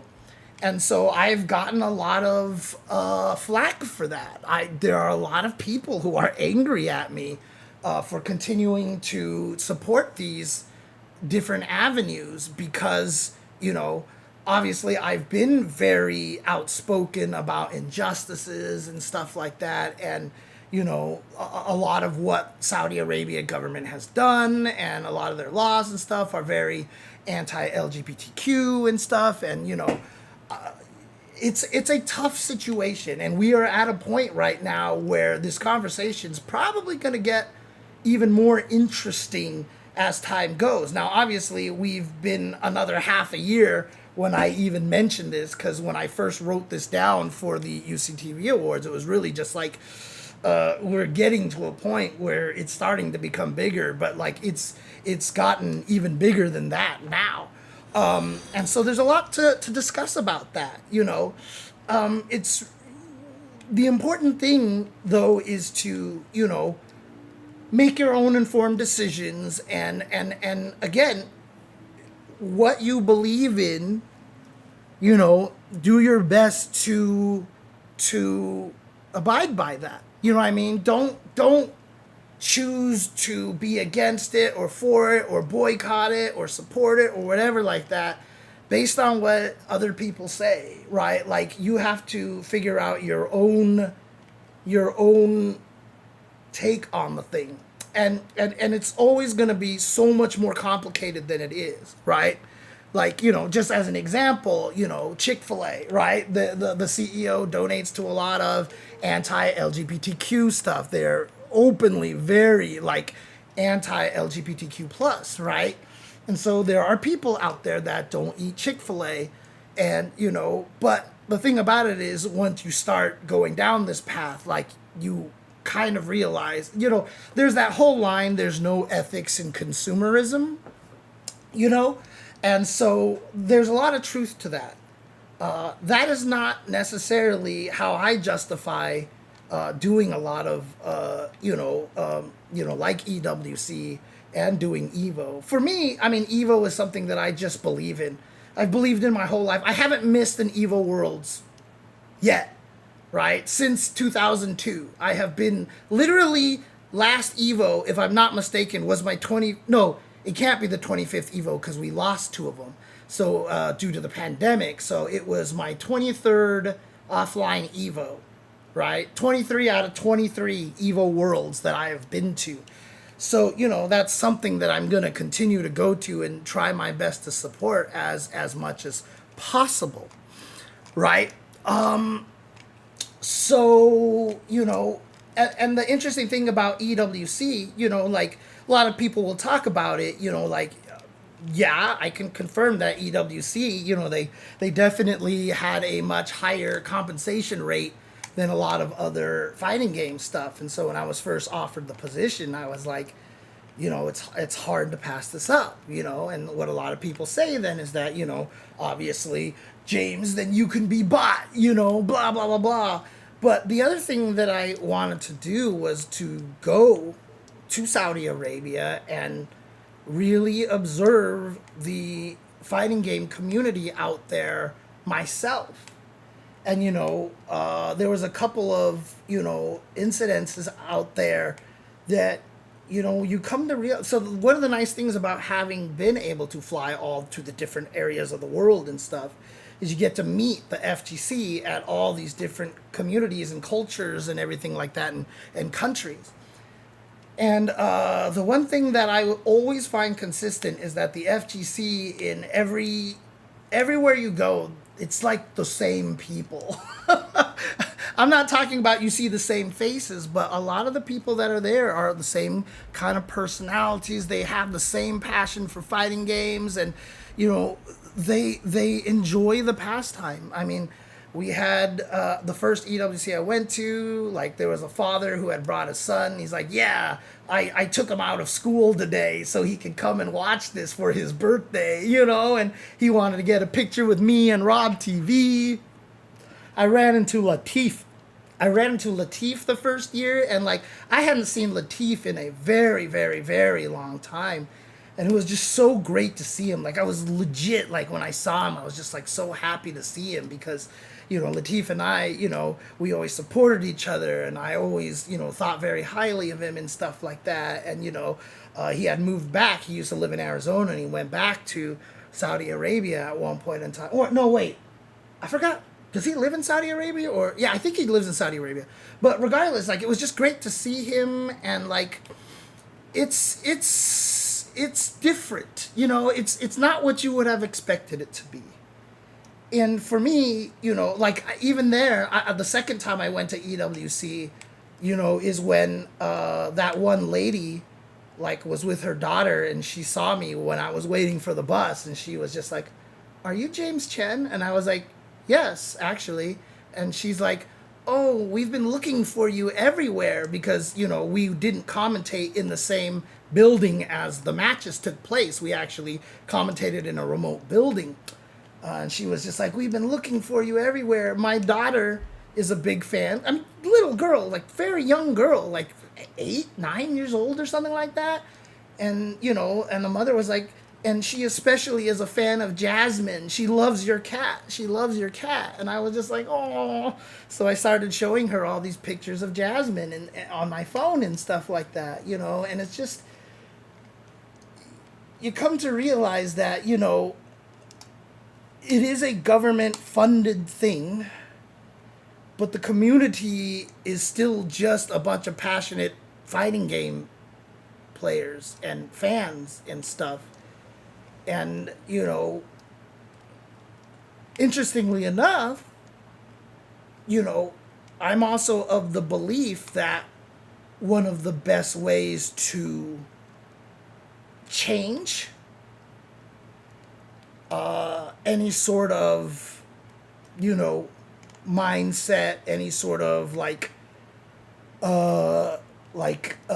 ways that they treat, you know, minority groups and stuff like that, is to grow the awareness of everything outside, you know. And so, you know, the FGC has a very strong LGBTQ presence. And, you know, it's hard to be a fan of the fighting game community without, you know, eventually just becoming fans of some of like these great players out there who happen to also be LGBTQ.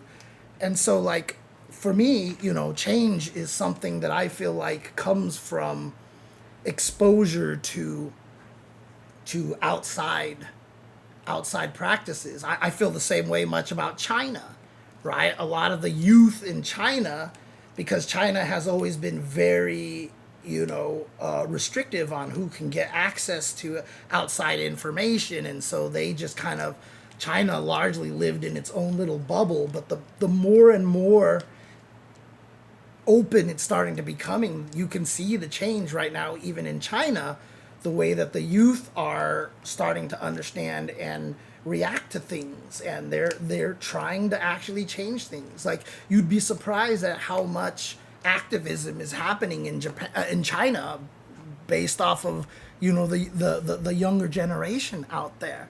And so, you know, yeah, like everybody's saying in the chat, it's like it's super nuanced, and it's really, really hard to just be like, yeah, this is the way to do it, this is the way to do it, etc., etc.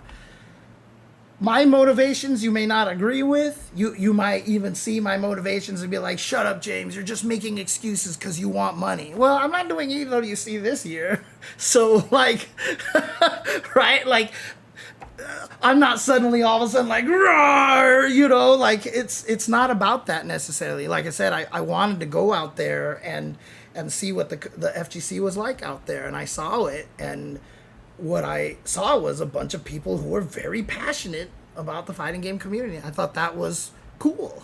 You know, I really did. let me see some comments here. I'm from North Africa, and we would not have had an Evo in Morocco if it weren't for the new ownership. I remember similar outrage from our Moroccans when the first McDonald's was introduced in Morocco to the one US are making about the KSA involvement in Evo. It's not the same anymore, though. It's not players first anymore. It's a great advertisement for software, hardware, and whatever else they want you to buy. Yeah, there's still a lot for the players because people are still able to win pretty decent money by going to EWC.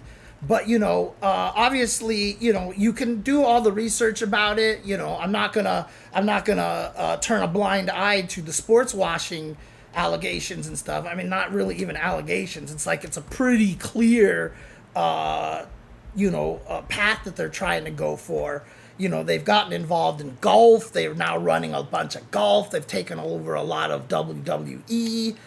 Saudi Arabia has really been trying to hit the sports and entertainment and now esports market. And what a lot of people have, the term for that is sports washing, which is trying to cleanse your reputation and, maybe try to get people to look past some of the injustices, based off of, being like, hey, look, we bring you cool golf stuff. We bring you cool esports stuff. We bring you cool entertainment, wrestling, stuff like that. So, a lot of what they're doing with esports, not just the fighting game community, is probably in that. And also because, the oil industry is literally is, will dry up at some point in time. And so they're trying to find other routes to go. So isn't SNK owned by a Saudi Arabian prince or something? So I forget exactly the details, but it's like the government, there's like an official government company that the Saudi prince runs, and they own 95% of the shares of SNK, if I'm not mistaken, is how it works. So but yeah, because Saudi Arabia also, I don't know if it's the same company, but another Saudi Arabian company owns part of Capcom as well. Just always a smaller portion. They have like 5% of Capcom or something like that. So I always hated Rob TV from sitting at home watching streams. I met the guy this year in Japan. He's my favorite FGC person now. The guy is just so nice, and he looks like a freaking Greek god. Rob TV is amazing, dude. Like, the shit that he does, like, there's not a lot of other people who can do the gig that he's doing, and he brings a lot of good energy and hype.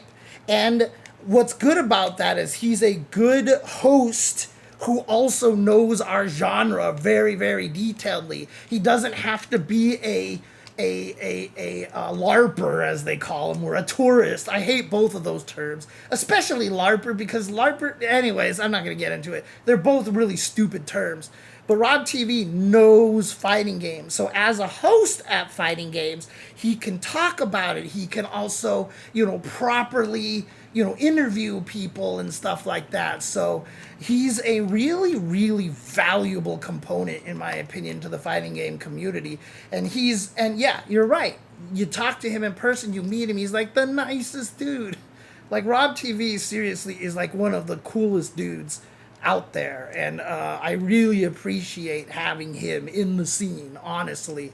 I think he does a lot of great work for the FGC, and I had him in my FGC Member of the Year, I think last year, the year before that. So it's all very complicated and nuanced. Ultimately, you aren't responsible for what some government or company on the other side of the world do with their power and money.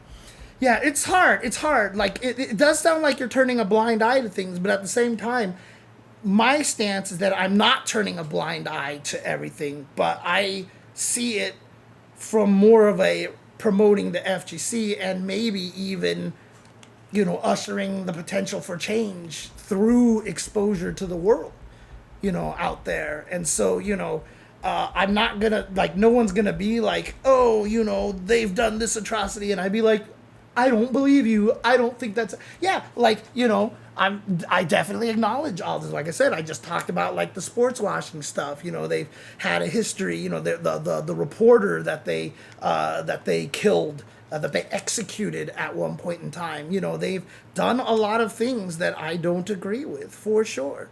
They do not have any, rights for LGBTQ. I am not anti-LGBTQ, and me working at Evo and stuff like that is not me, saying no to that or trying to erase it. In fact, if I'm at Evo and someone of LGBTQ shows up on stream, and like if it's at Evo or something like that, I'm gonna talk about it as openly as I can, because like I'm gonna talk about it the way that I always talk about it. You know what I mean? Like I'm not gonna change how I speak about it just because the Saudi companies own the majority of Evo now. I'm not gonna change how I support them and everything. So it's a tough situation. It sucks, and it's really hard for me because, like I said, there are a lot of people out there who attack me for it because I'm very open about supporting as many people as possible. And so, when they see that I'm going to EWC and stuff like that, they're like, oh my God, James is such a, he's a hypocrite, or he could be bought and blah, blah, blah, blah. And I get it.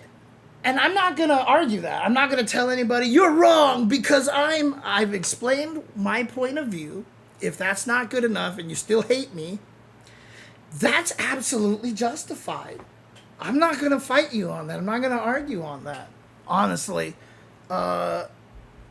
Because to some people, it does matter that much that, I've done EWC or I still go to Evo and stuff.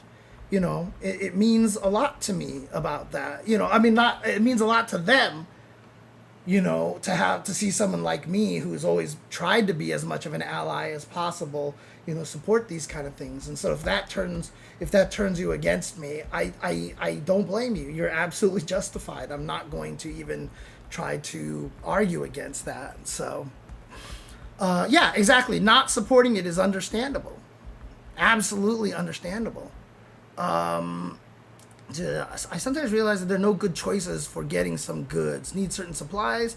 So, look, I buy everything on Amazon, man. I use Amazon Subscribe on everything, and Amazon is a terrible company.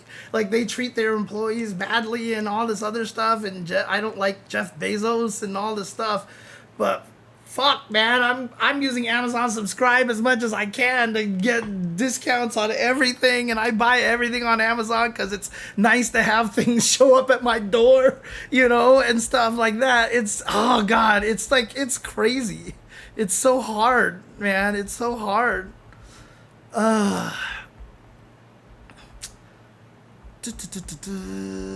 Right, exactly, Forrest. Like I said, I'm super critical of China. I've been super critical of China in the past and such, but I like seeing what the younger generation there is doing, honestly. And people talk about the America's just as bad and blah, blah, blah, but it's very different, okay? Because you have to remember that in America, the government is not funding FGC or esports, right? But the Saudi Arabia government is directly funding EWC and directly owns 95% of SNK, right? So it's a very different thing. Yeah. Like America's doing a lot of shitty things, but they're not directly funding the FGC stuff. So that is a little bit of difference in the story. Not in the story, but in the relationship of the government and our beloved pastime. So, let's see here. Didn't the Saudis also buy EA with the leverage? I think so. I kind of remember hearing that now. Yeah, I think Saudi bought that. Could they urge EA and SNK? Sure, they definitely could. But if they did it, they should probably do what Square did when they bought Enix outright and just call themselves Square Enix. If you bought out SNK and merged them, you might want to just be like EA SNK or something like that, which would be really weird. But I think right now it benefits them to keep them separate because they don't really... Because the thing about Square and Enix, actually, Square Enix or Square Enix, which I don't know how to pronounce it properly right now, is that they both made the same kind of games, right? They both made role-playing because Final Fantasy and Dragon Warrior used to be competitors. They used to be like, oh, I like Final Fantasy and hate Dragon Warrior. Oh, I like Dragon Warrior and I hate Final Fantasy. Or Dragon Quest, I should say. But when they merged, then they came together, and now they're one company that makes both. But they make similar stuff. SNK and EA doesn't have really any crossover, so I don't think that there's any reason for them to try to merge them together, honestly. So,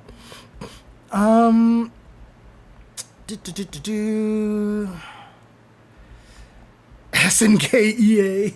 Actually, FGC variant. No, actually, SNK EA. They should just call it SNEAK. Sneak.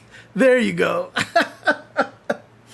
I refuse to buy anything from Amazon on Prime Day because the workers are more overworked than normal, but will buy stuff on other days out of necessity. Well, that makes me feel good that I never got anything during Prime Day because I felt like I missed out on some things that I could have got for significantly cheaper, but whatever. Any case, I've gone way longer about the stories than I intended to, but I kind of knew that was going to happen because stories are important, and that's why it's the first category, because I figured the more I talk about it, the more I'm going to be able to understand how fast I need to go through everything else. So, and always remember that this was the end of 2025. So there is definitely some stuff here that sounds old now. But the number 3 worst thing of the year, for me, the worst thing about 2025... Switch the cameras. Wait, where am I supposed to switch the camera to? Unless someone's just trying to figure out what the hell that's for. No, I don't need to switch the camera. It's just me. You're just talking to me over here. Shin Nihon Electronic Arts Kikaku kind of does it. Sneak. Yeah, Sarenborn, that's just a lot of the times I forget to switch the monitor. So I just gave everybody a way to, like, alert me to that. So fortunately, no one's abused it yet. So, anyways, the number 3 worst story of the year is that Capcom Cup 12 will be pay-per-view. I really was not a fan of that decision. I was just like, I can't, like, it never sat well with me. It's why I wanted to do a radio stream for it, because I wanted to give people an option, but I never got official word from Capcom that I could do a radio stream. I did a radio stream recently from BAM, actually. I did, like, the top 6. Because I started about, like, after the first 2 matches or so, or something like that. And so I actually did a radio stream. And it seemed to go pretty well. A lot of people really seem to like that. So hopefully that's something I can do in the future if Capcom decides to do this again. But, again, like, I just thought, like, a lot of the things that came out of that, right? Like, a lot of people were mad, angry. You lock out a lot of especially foreign countries because they didn't offer a discounted rate, you know, to foreign countries and stuff like that. So, you know, the amount that we paid, like, they lowered the price at one point and stuff. Like, they were like, oh, we didn't know people would react this way. We'll give you an update soon.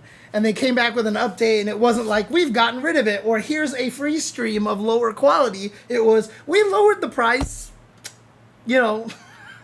And so you're just like, what? You know, kind of a thing. And so it was kind of, you know, very contentious, and a lot of people were upset with it.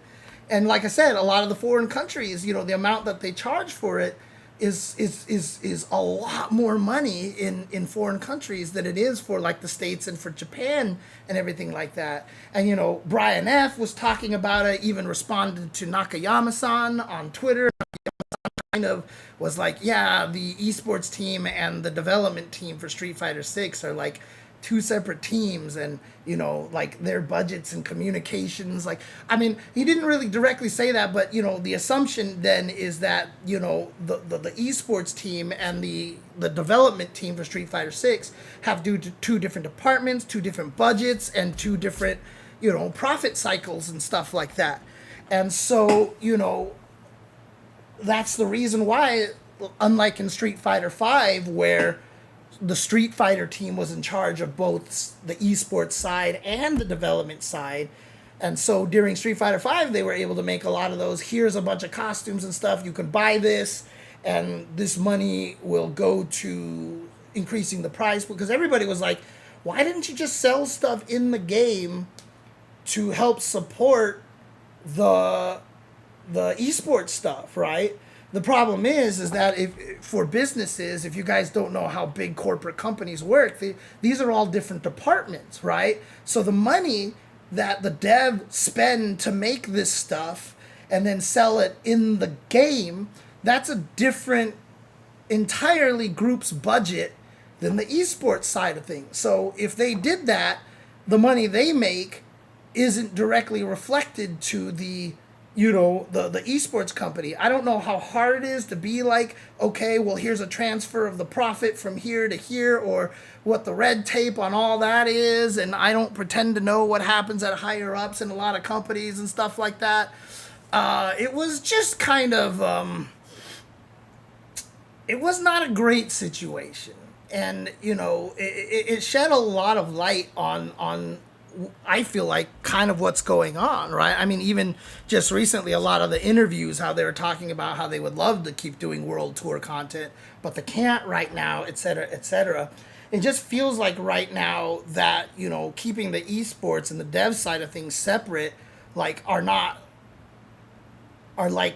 hurting both sides, right? Because something like League of Legends, Riot, the tournaments are literally like the majority of their advertising budget, right? I know when Capcom, for Street Fighter V during that era, I'm pretty sure a lot of the esports stuff that they were doing was just their advertising budget. And so now it's not now they're two different things. And so, it's they're not gelling with each other. They kind of feed each other. And I think both of them would benefit greatly if, they kind of went back to a more closer connected kind of model. Again, this is mostly speculation because I don't really know what's going on behind the scenes, and I can't be like, this is for sure what's happening at Capcom. I'm speculating based off of the best logic that I can, and a lot of this makes sense when you think of it that way. You know what I mean? So it's a little tough. It's I wish that they could find a way to do it a little bit better. I hope they don't do pay-per-view again this next Capcom Cup. But if they do, I hope by then I can have already established, have more examples of my radio streams so that people can, so I can show them what I can do for the radio stream, and maybe have it so that people have at least that option. So, even Archer Carter saying that the radio stream was actually really lovely. So that's cool. I'm glad I know he was there. So, pay-per-view situation created a sales and use tax nightmare for me in North Carolina, especially having to use foreign exchange into yen. So I refused to buy a pay-per-view ticket to avoid an income tax nightmare. Whoa, that's weird. Okay. Yeah, it's true. You had to buy it from the Japanese side. It was really weird and stuff like that. So, didn't Dota, CS, and LoL all fail at establishing pay-per-view? I don't know the history on that, Necromancy. If anybody else actually knows, then until then, I can't really say. Capcom has generally been a kind-hearted company compared to other video game companies nowadays, at least. So, I mean, I do think Capcom is actually, because it's also, I still think privately owned, I think Capcom is, in Japan or something like that. It's, still owned by, one of the original families or something like that. But Capcom does a lot of cool things, but the problem with it is that, business is business. And we always have to remember that every one of these companies, Capcom, ArcSys, whatever companies, Bandai Namco, are all businesses, and they're all out there making money. We had a conversation about this a while ago, about making a new Darkstalkers game and potentially losing money on it, and people were being well, they should be willing to lose money for art, and I'm just yeah, you can't do that. You can't do that as a company. It's just not how it works, right? And we have to remember that these companies are businesses. And so a lot of the things that, we do see as evil, which is why it's always interesting, because whenever I come up with patch fixes or ideas on how to do this or whatever, do that. I'm always trying to take into account the fact that these are still businesses. Because it's very easy to be like, Capcom should just, and then have them do that. Oh, shoot, hang on a second. But a lot of the times it's not that simple, right? It's not that simple. So,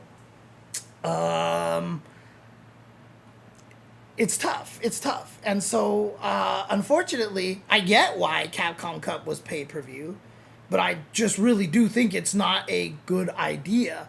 I really do think that it should not be pay-per-view, because the esports side of thing is supposed to be the advertisement for your game, right? And it's working in Japan. It's working great in Japan.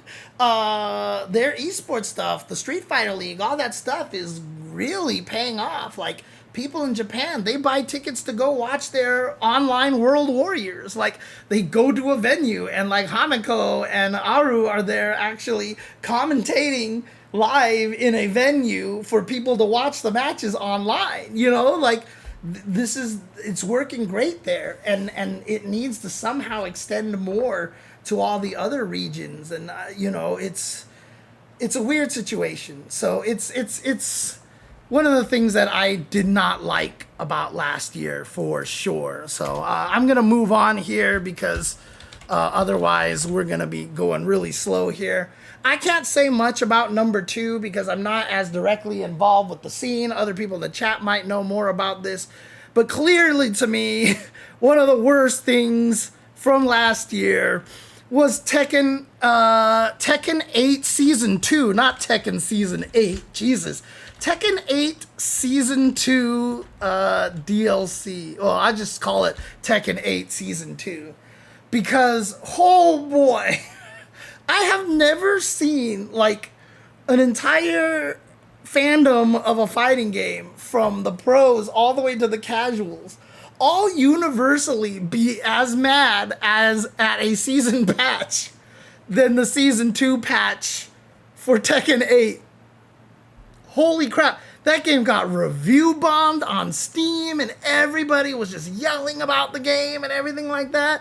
I mean, it was crazy. Like I said, I can't speak to it directly. I had Rip on my stream one time, and we were talking about it. And I know, you know, a lot of people were really upset with Tekken 8. And a lot of it, you know, wasn't even just that the patch was necessarily like, oh my God, this is the worst patch ever. It broke everything. It was just more that, you know, they said at the Tekken World Championships, you know, after Season 1, like, oh, we heard you.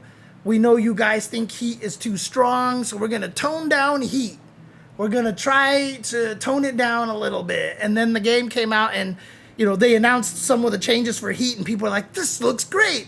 And they toned down a little bit parts of Heat, but then they just made, like, everybody's individual moves, like, really strong all of a sudden, in a way that, you know, Tekken is not used to. So obviously for Street Fighter and a lot of fighting games like the tag fighters and stuff like that, we're used to the idea of putting an opponent into a mix-up situation, and now they have to guess, and they're dead if they guess wrong, blah, blah, blah. Tekken hasn't really ever kind of like been that heavy into that mechanic. It's always been about like individual hits, and, you know, if it's blocked, now you're the one on the defense. Like, you are getting mixed up because you got something blocked. And it was a very kind of like, you know, you got rewarded with a mix up for doing something correct, right? But the Heat mechanic is like, I get to do a move, and even if I was wrong and it got blocked, I get a really strong mix up now. And so for a lot of people, it's very antithetical to Tekken, right? Like, Tekken has plus moves, but a lot of them are highs that you can crouch under. A lot of them are super long startup, etc., etc. Usually when you had moves that were plus on block that forced the mix-up on the opponent, there was specific reasons for the move to behave that. Like, they were very pointed weaknesses about these moves that you could take advantage of, you know? But then, like, I heard, like, what was it? Jack got some move that he could just do out of a stance that, like, he leaps and is plus on block. and then after he lands, he can do a move that puts him back into the stance, and he can like do it again. And like people were like, no, wait, you're making this feel like Street Fighter or like other, like a 2D fighting game more than a 3D fighting game. So it didn't quite feel the same anymore. And so it still didn't work. It still didn't work. And like I said, everybody was mad at this patch. Holy crap. They even said we didn't actually mean a fresh start and return to basics. No, that was the season 2 to season 3 too, right? So oh yeah, you said that. And season 3, when they straight up lied about what was coming in the trailer. Oh man. So let me see here. The thing is, at Tekken Player, what they did is they nerfed the fun stuff in Heat. That's not good. Like Law's counter hit launcher in Heat is gone from back 1 to 2 forward, and Heat 1+2 no longer launches. VDX said recently on a stream that Heat in Tekken right now is like Blanca level 2, but it happens every round and everyone has it. Oh god, that is a terrible way to put it. Because holy crap, that doesn't sound good at all when you put it like that. It feels like constant turn stealing in Tekken 8, right? And Tekken had always been, and Virtua Fighter, both had always been very much about respecting the turns. And in order to steal turns, it required like stuff that was far riskier, right? Like, you know, if you wanted to steal a turn because there's this high attack that, like, they have a high attack ender out of a chain that's, like, really safe or whatever like that, or is plus, you just crouch under it and you can blow it up. But, like, it's a risk because they could just stop the chain early and go for a mid launcher or something like that, and you'd have to learn to fuzzy or something like that, right? It was always a lot more about, like, you know, hard reads and stuff to be able to steal turns and everything. You know, even adding the armor moves to Tekken 7 was, you know, unusual for Tekken, because Tekken never even had armor moves before that you could steal turns with, you know. But Tekken 8 felt like they took it to another degree. And, I mean, the worst part for me, Dan FMP, was before they nerfed it, like at the round start, an opponent would just activate Heat. They just do Heat Burst at the start of the round, and there was like nothing you could do. Like, you couldn't sidestep, none of your armor moves could actually go through it. Like, your own Heat Burst couldn't beat their Heat Burst. You had to take the initial Heat Burst at the start of the round.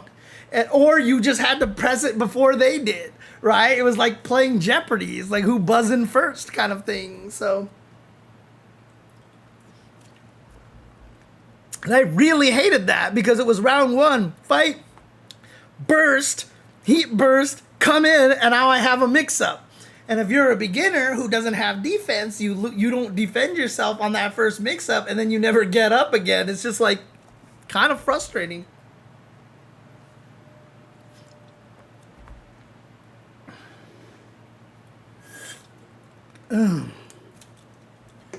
So it's an interesting situation. I mean, the Tekken 8 developers, have been talking about a lot of this, and it's an interesting situation, unfortunately, for Tekken. But in any case, the number one worst thing for 2025, unfortunately, I just have to say it was 2025, man. I mean, I don't know, like, how many people were aware of, like, everything that I went through in 2025. There's a lot of things I didn't talk about. But 2025 was a really shitty year, and throughout the entire year, basically I had been saying, like, for me personally, might be like one of the top 3 worst years of my life, potentially. I don't know, maybe even the worst year of my life. It was just like everything just like that could go wrong, went wrong. And every time, you know, as a person, like, I'm like, you know, for people who believe in karma or don't believe in karma, I'm the person who wants to believe in karma, you know, like, I don't believe in karma, but I sure as hell want to believe in karma. So everything bad that kept happening, I kept thinking would be made up for by the next big thing that was coming up. Like something would happen and I'd be like, fuck, oh God, this sucks. But, you know, maybe this next thing will go the way that I hope for because, you know, not everything can suck. And it just was like the entire time, just everything sucked. Everything sucked. I mean, so it wasn't like a relative or anything like that, but there was one situation where just a really freak weird death that affected, like I said, it wasn't me personally, but it was in such a way that it was just the weirdest thing. So fortunately, no deaths for, you know, loved ones for me last year. But it was just like everything went wrong. Like people know about, like I've talked about the flooding situation that, you know, of Olaf's room downstairs getting flooded. And we've been in a legal battle with the city for a very long time. That ended extremely poorly.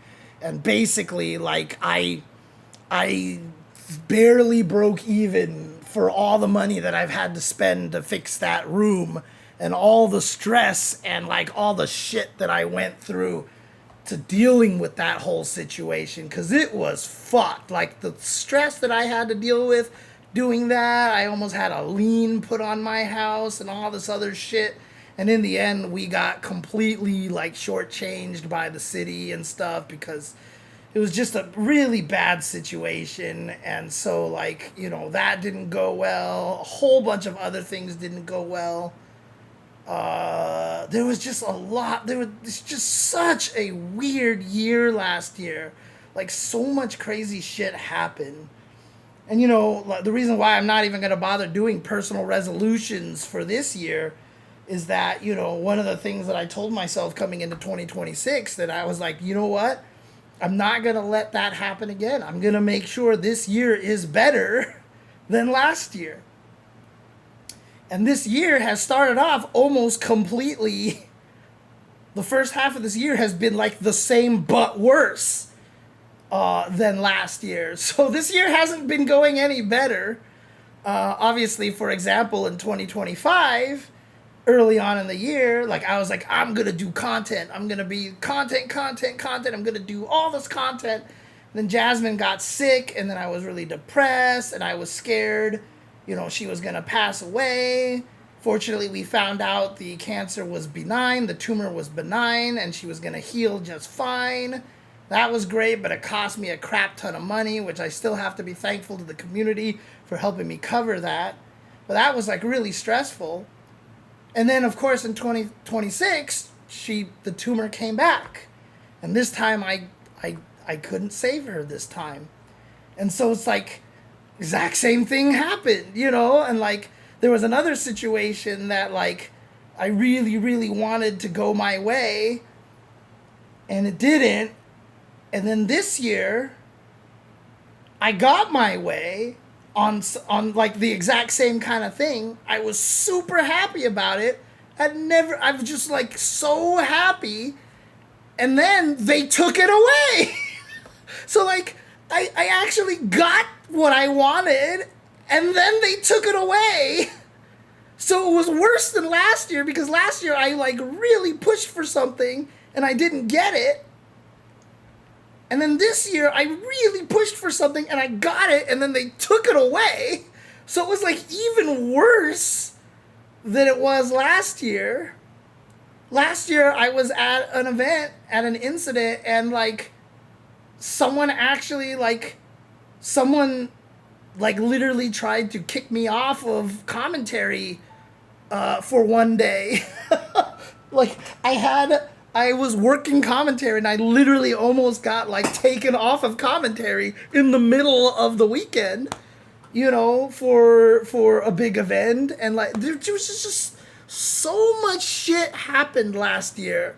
Like, so much shit happened last year. It was just seriously, like, just constant just stress and constant suffering. And I really, really hated 2025. And the worst thing about it is, like I said, this year, it's, like, kind of going the same way. And I'm trying so hard to stay positive about it. I'm trying so hard to keep an upbeat attitude about it. but it's so hard right now. So I don't know. Like I'm trying my best, man. I'm trying my best, but it's just like it's a tough. Last year was tough. This year has been hard, but I'm trying my best to stay positive.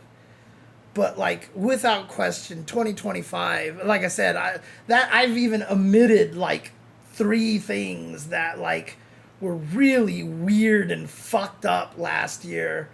That just everything just kept going the wrong way and stuff. So I'm trying to do what I can to make this year better, but it's been already pretty difficult.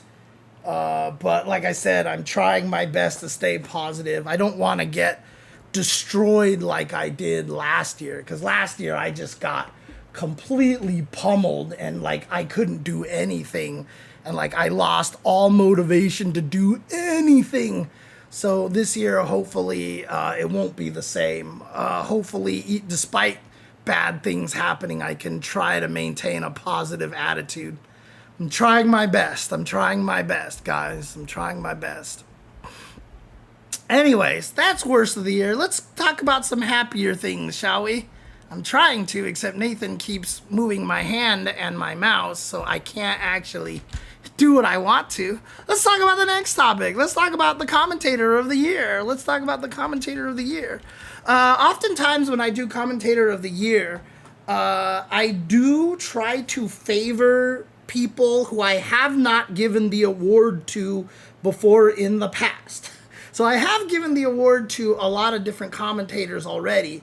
So what I try to do every year is try to award commentators that haven't gotten them, and ones that I think had standout years, or ones that I've discovered that I think are amazing, or ones that are really starting to make a name for themselves, etc., etc. So number 3 commentator of the year that I have is Haseo from Mexico. Last year, one of the things that we did at the Blue Coast Studios, where we were streaming the World Warrior highlights, is we would watch a lot of the other streams, and we would listen to the commentators from the regions. Haseo is a commentator from the Mexico region, and whenever I heard her commentate, like, she really stood out to me. Like, she would be speaking in Spanish. I didn't understand a lot of it, but I really liked the energy. And I've heard her commentate in English since then, and I really, really just thought that she had a great energy. She had a really strong knowledge. She was able to do multiple games as well, not just Street Fighter. And if I'm not mistaken, she was on the Evo staff last year, and I know she was on the Evo staff this year. And you know, that's just an indication of just how much she's starting to stand out, that a lot of people, you know, not just me, have been noticing her. And so she was in 2025. So I believe that was the first year she got to do commentary at Evo, because I remember talking to her at Evo last year and this year as well. And I really am happy for her, and I think she's doing a wonderful job, and I love to see, you know, her getting a lot more publicity this way. And I hope she gets to do a lot more international stuff, because I think she has a lot of potential, a lot of talent, and I would love to see her grow even stronger. So she stood out to me a lot. So I had her at my number 3. Number 2 is a commentator that's been doing this for a little bit while, but he's been able to do a lot of really cool things. And, you know, starting, I think it was last year, he started getting to do Evo Top 8 for Guilty Gear, and he's been commentating TNS for a really long time.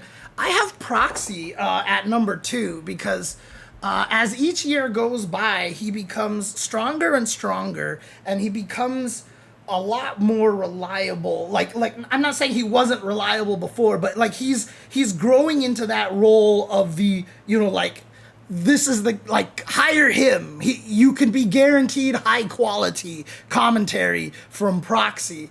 He's done, you know, the Arc World Cup now, the Arc Finals, I should say. Like I said, he's done Evo Top 8 for Guilty Gear.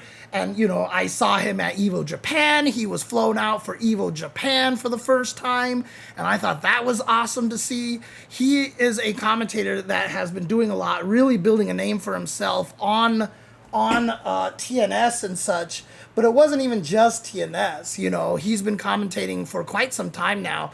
Has always had a pretty strong presence at like Combo Breakers and Frosty Faustings and stuff. And so I've managed to commentate with him a couple of times. And I just think he's really strong. I think he's really talented. And like I said, he really is starting to become one of the, you know, crew of commentators that, you know, this is like one of those, like, yeah, you know you're going to get good work from him. And he's becoming a very reliable and, you know, great reputation for his commentary and stuff. So I definitely wanted to recognize Proxy.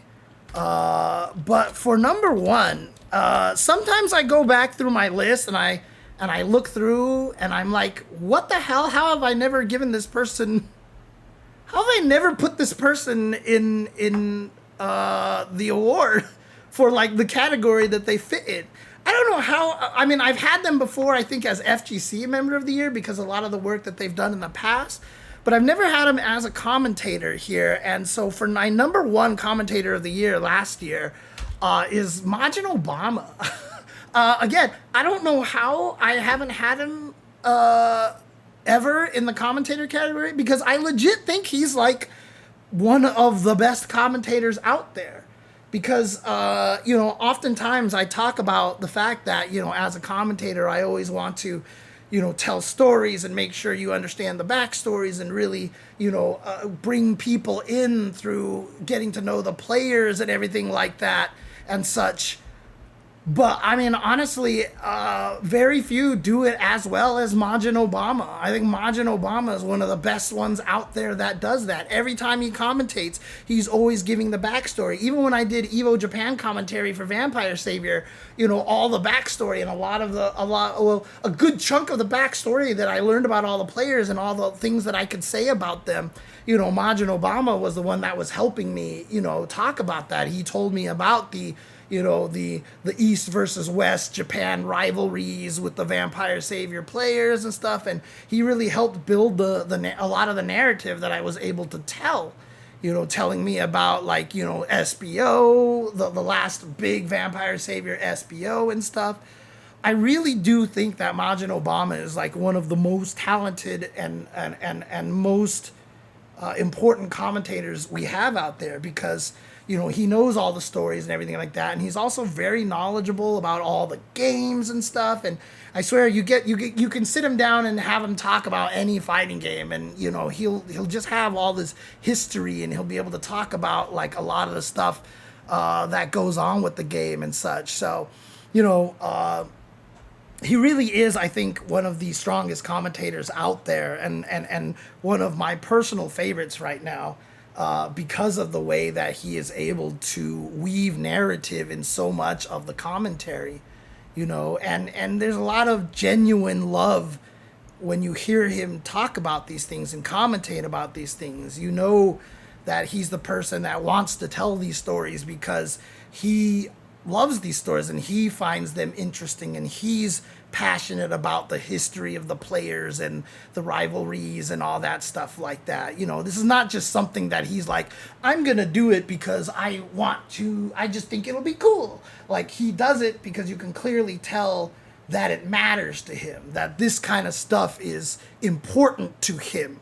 And so for me, I think that makes him such a powerful commentator, a strong commentator, and probably one of the best commentators we have out there right now.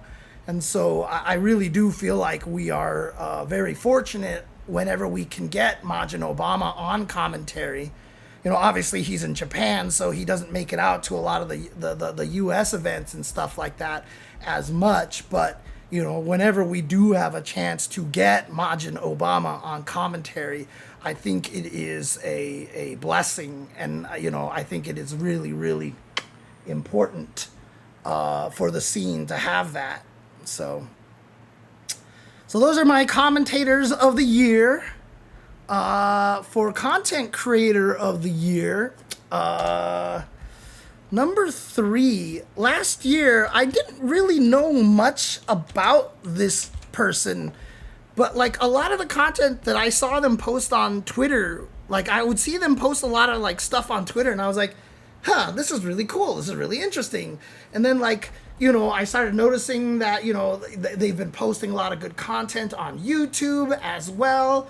I definitely started, interacting with them as much as possible and all this stuff like that. But I don't know if how many people are familiar. He's on Twitter a lot, and he's always, unfortunately, he got a little bit of public just recently because he said something that, stirred FGC drama, which wasn't drama, but whatever. But Chris F, actually, if you follow him on Twitter, he has a lot of really good content out there, and he does a lot of good analysis on Street Fighter 6 and a lot of other fighting games. I've looked through his YouTube content and stuff. He has a lot of very, very useful stuff there to help with beginners, etc. So he's a player that, not a player, he's a content creator that I, really started to get to know a lot last year. And I started following him on Twitter, and, like I said, a lot of the stuff that he would post I found very informative and very, very useful. So,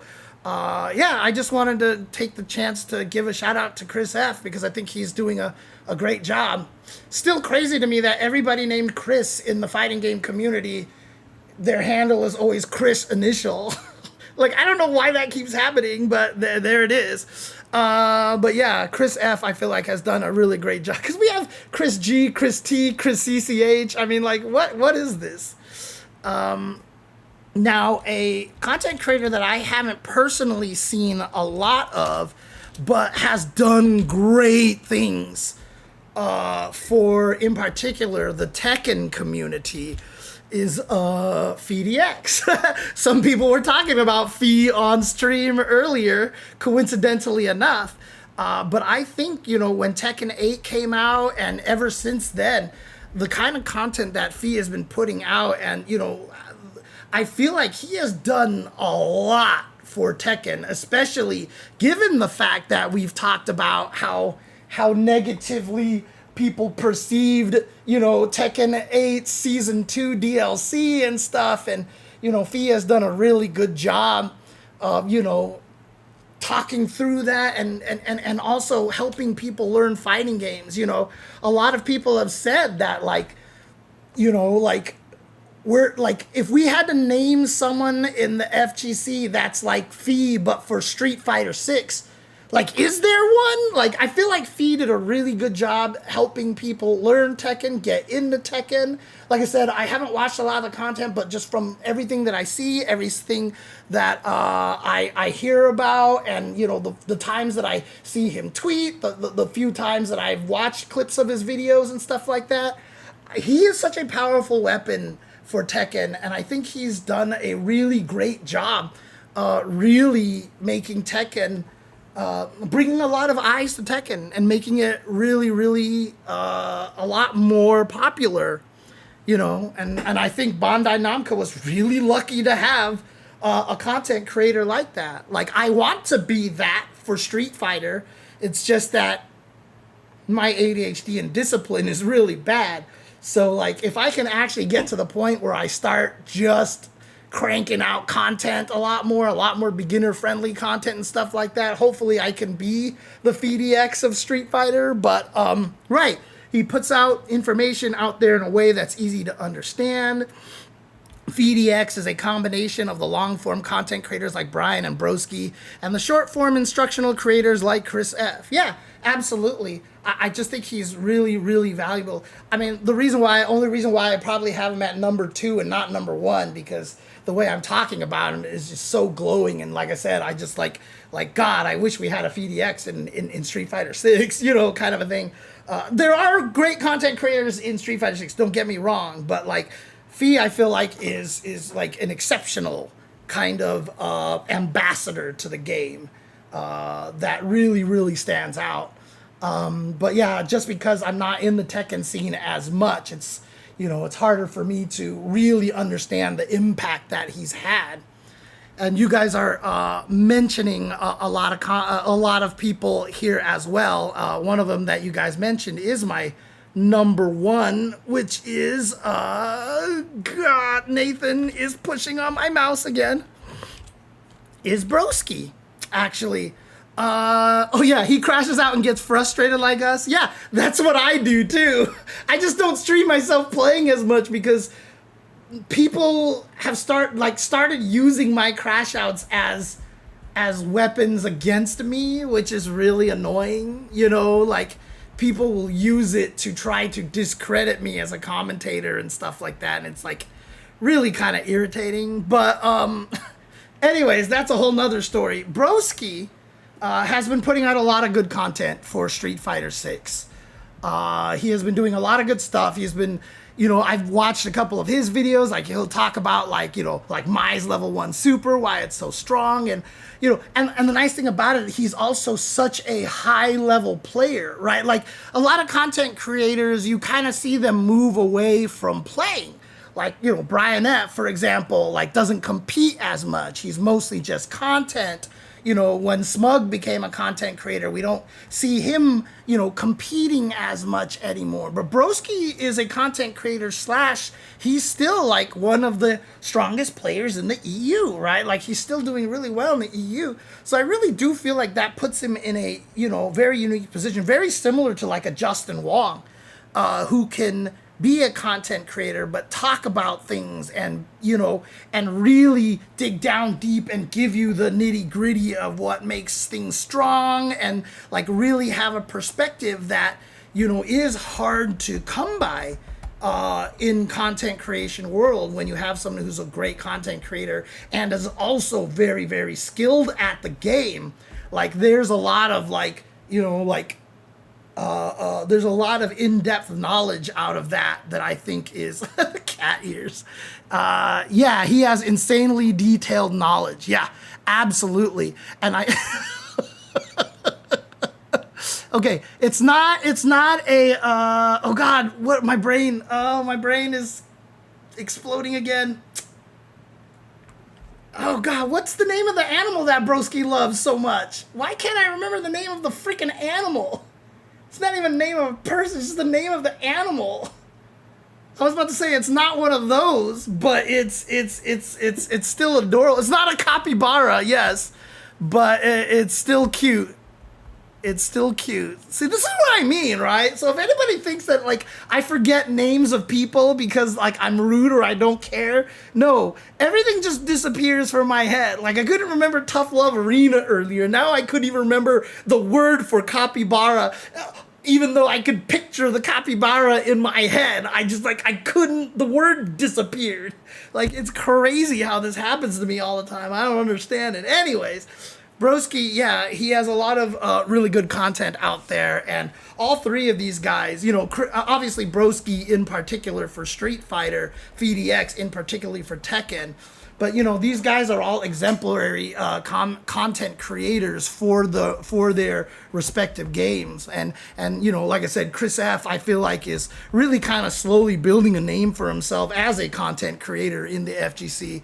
So like I said, I really was enjoying a lot of the stuff that he was talking about on Twitter, and of the few videos that I did watch of his, I really enjoy them. Now, you know, it sounds weird that I'm like, I didn't watch that. Like, I'll be honest with you, I don't watch a lot of fighting game content on YouTube, mostly because a lot of times I don't really watch YouTube that much. I've only started recently watching YouTube a lot more, weirdly enough. I still don't follow anybody on YouTube, except for like 2 things. I think one of them was just like by accident or something.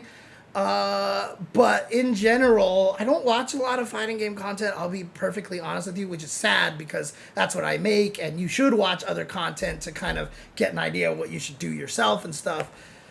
But a lot of times if I'm on YouTube, like it's because I need, like, I watch a lot of humor things on YouTube these days because I just need lighthearted content right now.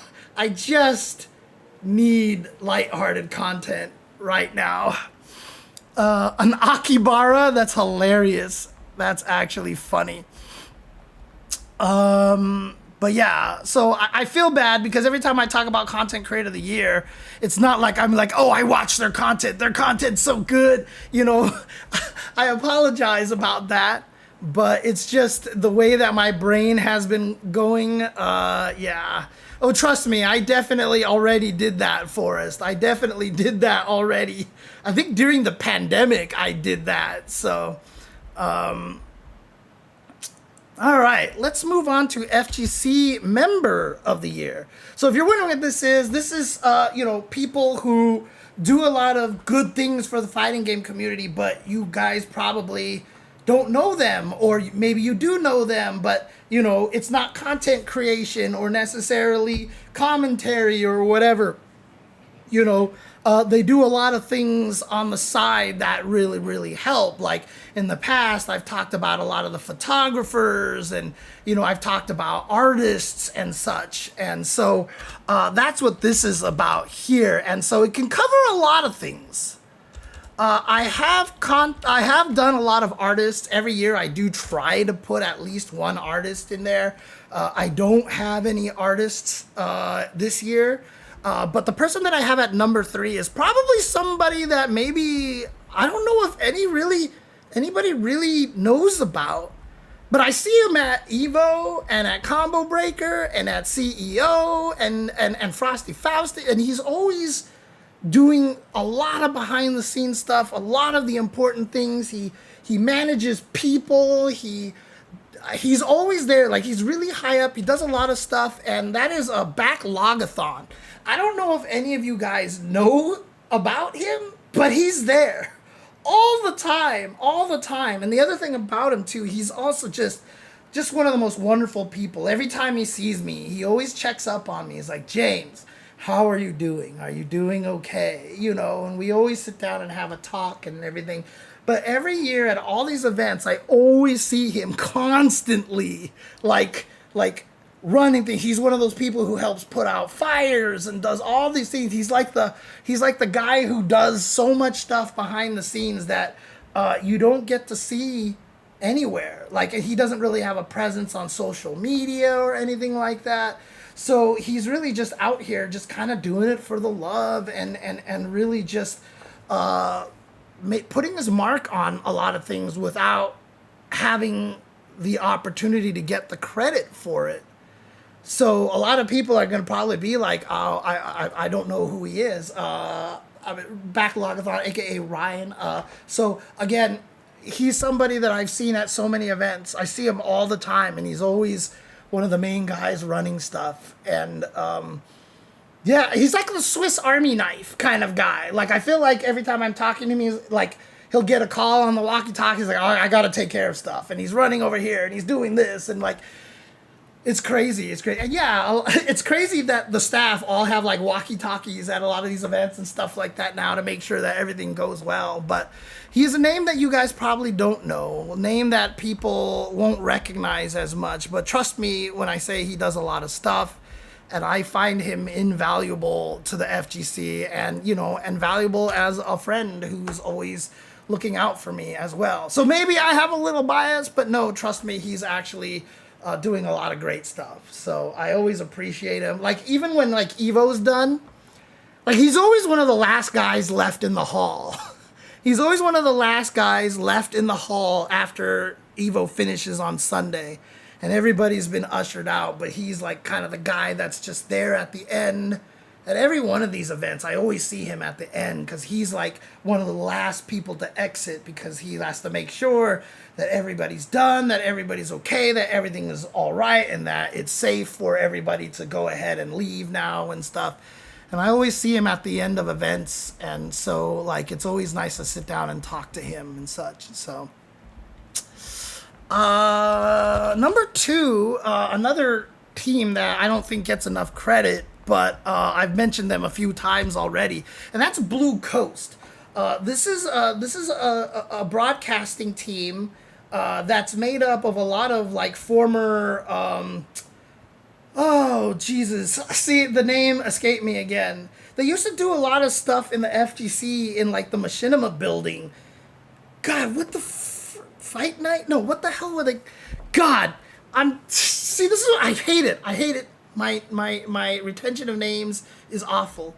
But they're the ones that broadcast all of the, when we were doing the online premieres, they ran a lot of the last few Capcom Cups before it moved back to Japan. They're the ones who run the World Warrior spotlights from last year. And now, this year, they're the ones that are running the World Warrior US-Canada regions, all three of them. So whenever you see me in the studio, if it's me and Ringe or like Jeremy and David or whatever, that's Blue Coast running a lot of the stuff. They also did a bunch of like big things. Like I think they worked on like a Sonic the Hedgehog 50th anniversary broadcast recently. Like they do a lot of really cool broadcast work here in Southern California. They've done a lot of great stuff for the FGC in the past, and so I'm very grateful for them. I feel like they do a really bang up job with the production and stuff, and I really enjoy working with them. Like every time I have the opportunity to go in and do a World Warrior thing, with them and stuff, it just feels nice to see all of them, the whole entire gang, like Tony does a lot of the work, Shy does a lot of work. I think Eric is there most of the time that I see. There's a bunch of other names that I swear to God I'm just gonna stop at those three, because if I start trying to remember more names, I'm gonna forget so many more, and I'm gonna leave out so many people, and I'm gonna feel terrible about it. So I'm just gonna stop right there and just call it. But yeah, shout outs to those guys. Oh, and of course the guy in charge of that is John as well. So shout outs to him. But like all of it is real. They do a really great job. I like working with them, and they've done a lot of great work in the FGC. They've run SNK. Did they do an SNK World Cup? No. That was Tenno that did that. They've done a bunch of other FGC stuff in the past as well. And so I've always enjoyed working with them, and I continue to enjoy working with them. And they never get a chance to shout out, because I've definitely had Tenno in this category before. I've had a lot of the different production companies in this category before, but, funny enough, the one that I work with the most, Blue Coast, I haven't really had a chance to shout them out yet. So, Blue Coast, you guys rock. I appreciate it, and I love working with you guys. And the last one here I have is Giuna. Because Giuna, I mean, honestly, like, he's always... Like, he puts together the weeklies in Japan. Like, he's streaming a lot, Anime Illuminati, etc., etc. Giuna is, like, a guy who's been, like, doing so much stuff for the fighting game community for a very, very long time. And it's, like, kind of like Majin Obama, like, he really also gives us a very, very strong view of what's happening in Japan. And he's another person that I'm surprised that I did not have in this category until now. Like, I don't know, like sometimes it feels like a lot of us take him for granted and such, but he does a lot of great work. And again, like, he obviously does commentary, he obviously does content and stuff, but he runs the Red Bull, the weeklies that take place in the Red Bull venue in Japan and stuff all the time, and he's been doing it for a very long time. And now he has kids and like pets, and like, he's doing a lot of work, and really he's doing so much stuff for the fighting game community.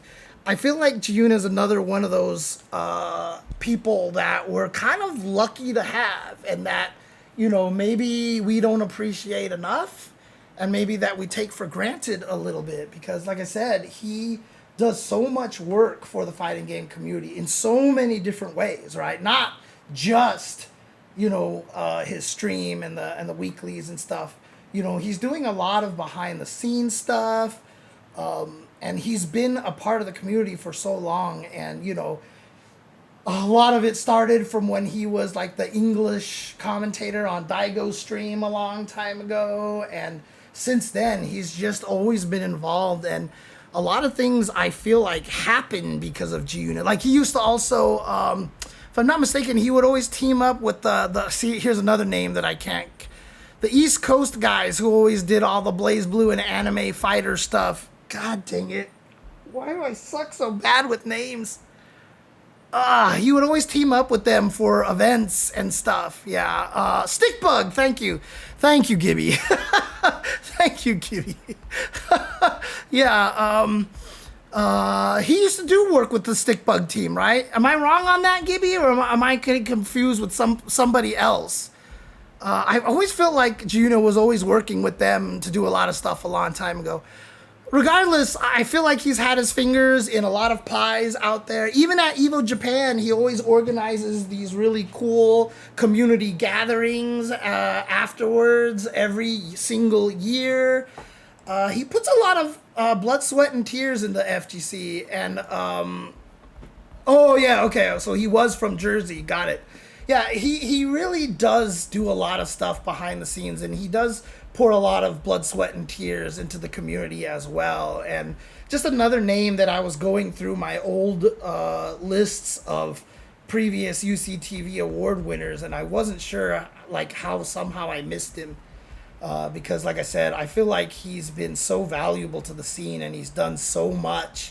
And, you know, really honestly, one of our best liaisons, like him and Majin Obama, like both of them being in Japan, have been invaluable to our community to really have a good pulse and really have a good like connection between the two regions and such. So yeah, this was long overdue to give Giuna a shout out here on being one of the most valuable people in our community, honestly. So let's go to Newcomer of the Year. So Newcomer of the Year doesn't have to be a person, okay? Newcomer of the Year, as I've said every year, could be a game, it can be a character, it can be whatever. It's just like something that has shown up during the year that I feel like has made a mark, or something that we need to talk about, or, you know, just kind of like a new face, etc., etc. And so number 3, for me, is actually my Shiranui in Street Fighter 6. Because holy crap, have we been feeling her presence in this game. Holy crap. Like, what an interesting character. She came out, like, at Capcom Cup 11, people were like, oh, she's not very good. And then Xiaohai was using her in some matches and was like, I think Maya's really good. And everybody was like, Xiaohai is crazy. And then from that point forward, it just exploded. And now Mai is like, you can't talk, it's weird. You can't talk about Street Fighter 6 unless you talk about Mai Shiranui, because she is such a strong character. Now, some people would argue she's not the best character in the game. I have her at number 1 in the game. It's justifiable to say maybe like JP is stronger, or, you know, some people may think Sagat or Ed or whatever. Like, there's different, or Blanca might be stronger than her, but I think she's the strongest character, and her presence has just been absolutely felt in the game. And again, you know, like, since Terry and Mai are like the first real like other company like guest characters in like official Street Fighter games, that's another reason why I have her in here, because obviously she wasn't first, Terry was the first, but, you know, she has had a lot of impact. I mean, the crazy thing about it is, my top 5, yeah, that's my top 5. That's my top 5 currently. Not in any specific order, by the way. But I like, nowadays, it's interesting because if you talk about Mai Shiranui, like, people now picture the Street Fighter 6 Mai, right? Now, you know, one of the things about like Fatal Fury City of the Wolves is she doesn't have her iconic costume, and 2, she was kind of lower tier for a good chunk of Fatal Fury City of the Wolves. So, like, she didn't quite have as much shine in City of the Wolves. But in Street Fighter 6, You know, like people first saw the trailers, they were all like, why does she look kind of weird? Like, oh, I think her face is ugly. Then we saw her on the character select screen when she's leaning on the chair, and like the world changed. I swear to God, like all of a sudden everybody was like, this is the hottest character in fighting games ever. Well, to be fair, Silver Ancient, in the most recent trailer where they revealed Rick Stroud and everybody, if you actually look at the end where they show all the characters and all the stuff for the next season, Maya's in her classic outfit. So a lot of people are saying that maybe that's a hint that they are going to give us a classic outfit for Mai, kind of like how Terry has his Garo and his classic outfit in Fatal Fury, right? I mean, in City of the Wolves. So maybe they're going to add the classic costume for Mai. So, you know, let's hope. But yeah, Mai, like people talk about her in Street Fighter 6. Everyone, you know, talks about how good she looks in that game. And then everyone just keeps talking about how strong she is. And she is such a good character. She is such a strong character in that game because she gets to do a lot of things. It's weird because she's like a guest character, but she plays Street Fighter 6 extremely well. And so I have her as number 3 because, like, after people started realizing just how strong she was, like, you can't talk about Street Fighter 6 without talking about Mai anymore. Like, it's weird. Like, it almost feels weird to say that Mai feels synonymous with Street Fighter 6 at this point. It's so weird. So unfortunately, that's, unfortunate because a lot of people hate her now because she is so strong. But, see, that's the thing is, like, I wouldn't say she's really strong in boring ways. I actually think it's really interesting. I think the fan mechanic, the bouncing over your head, is really cool. The problem is she's good at everything, right? So I hope they don't nerf the fans. I hope they nerf everything else. I've been watching a lot of the recent matches with Mai and specifically keeping track in my head how often she DPs people out of the air at the last second when they jump over a fan. And I have said that one of the first nerfs I would give her is to make it so her DPs have no air invul until the first active frame, like Manon's, ROM point, heavy ROM point, and Kimberly's spin kick, right? Like, you can't use them as anti-airs at the last second. Because the problem is, Mai can play so defensive that when she uses an OD fan on her offense and then drive rushes and has a cooldown for 5 seconds, and she needs to build meter back, it's really easy for her to dash back and to play a fireball uppercut game. She shouldn't have that ability. So the thing about it is she's not interesting in boring ways. It's just that she has everything. So the interesting parts about her don't get to stand out and make her interesting. Right? If she was weaker on defense, if her standing heavy punch wasn't as strong, so my other nerf would be make it so that the far hitbox on her stand heavy punch doesn't hit crouchers. So it has Elena problems. So she has to focus on using standing medium punch, which is already a ridiculously good button, but now she can't just go fierce fireball in the corner and just burn you out like instantly and stuff like that, right? And so if you build the weaknesses in the area that she deserves to have the weaknesses, then the fan game is really interesting because that becomes her strength and she needs it to win. And I think that would do really good for her, honestly. The corner carry is really annoying too, for sure. I don't know how they would fix that because that's just how Hisatsu Shinobi Bachi has always worked.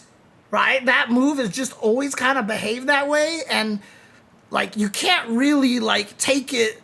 You can't change it. So, like, if it hits, it bounces off. That's the one where she rolls and hits you with the elbow. Like, that's the way it always works. And that is the move that they determined was her, standard combo ender. Right? Every character has that standard combo ender that combos off of lights.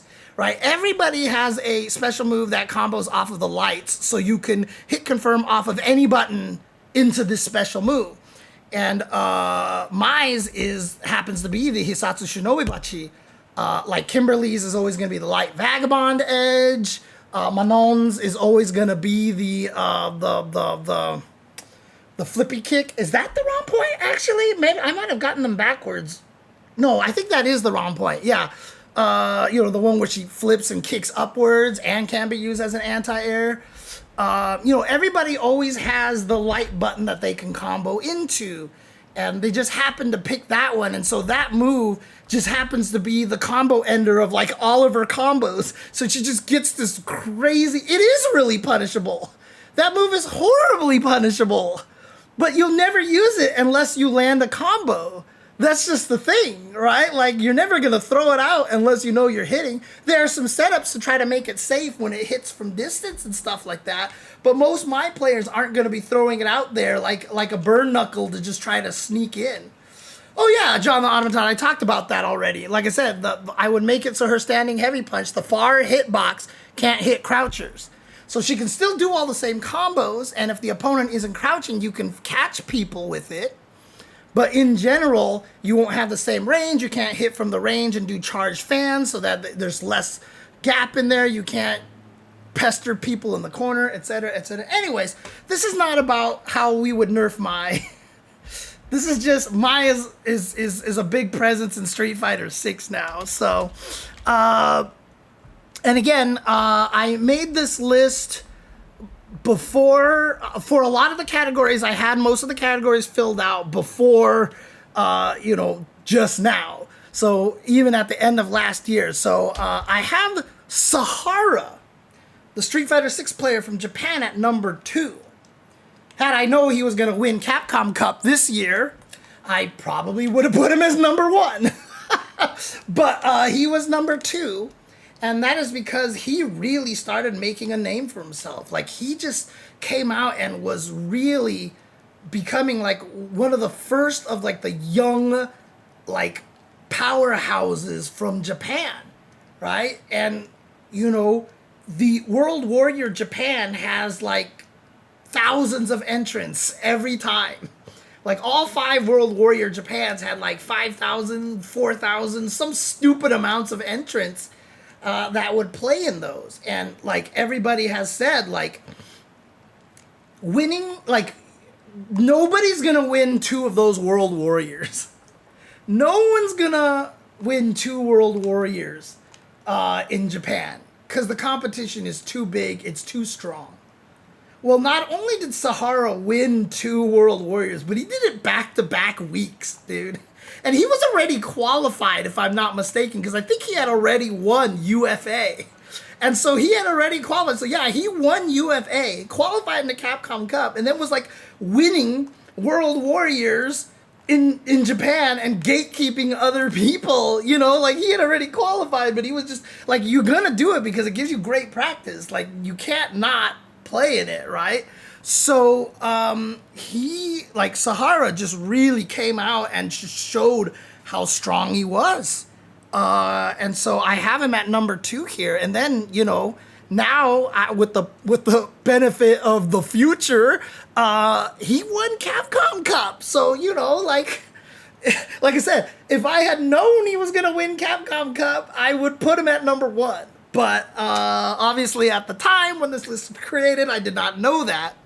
So I had him at number 2, which means I think everybody knows number 1 was Blas, right? Because he came out, I mean, like, when you talk about newcomer of the year, like, this is the true definition, it feels like, of newcomer.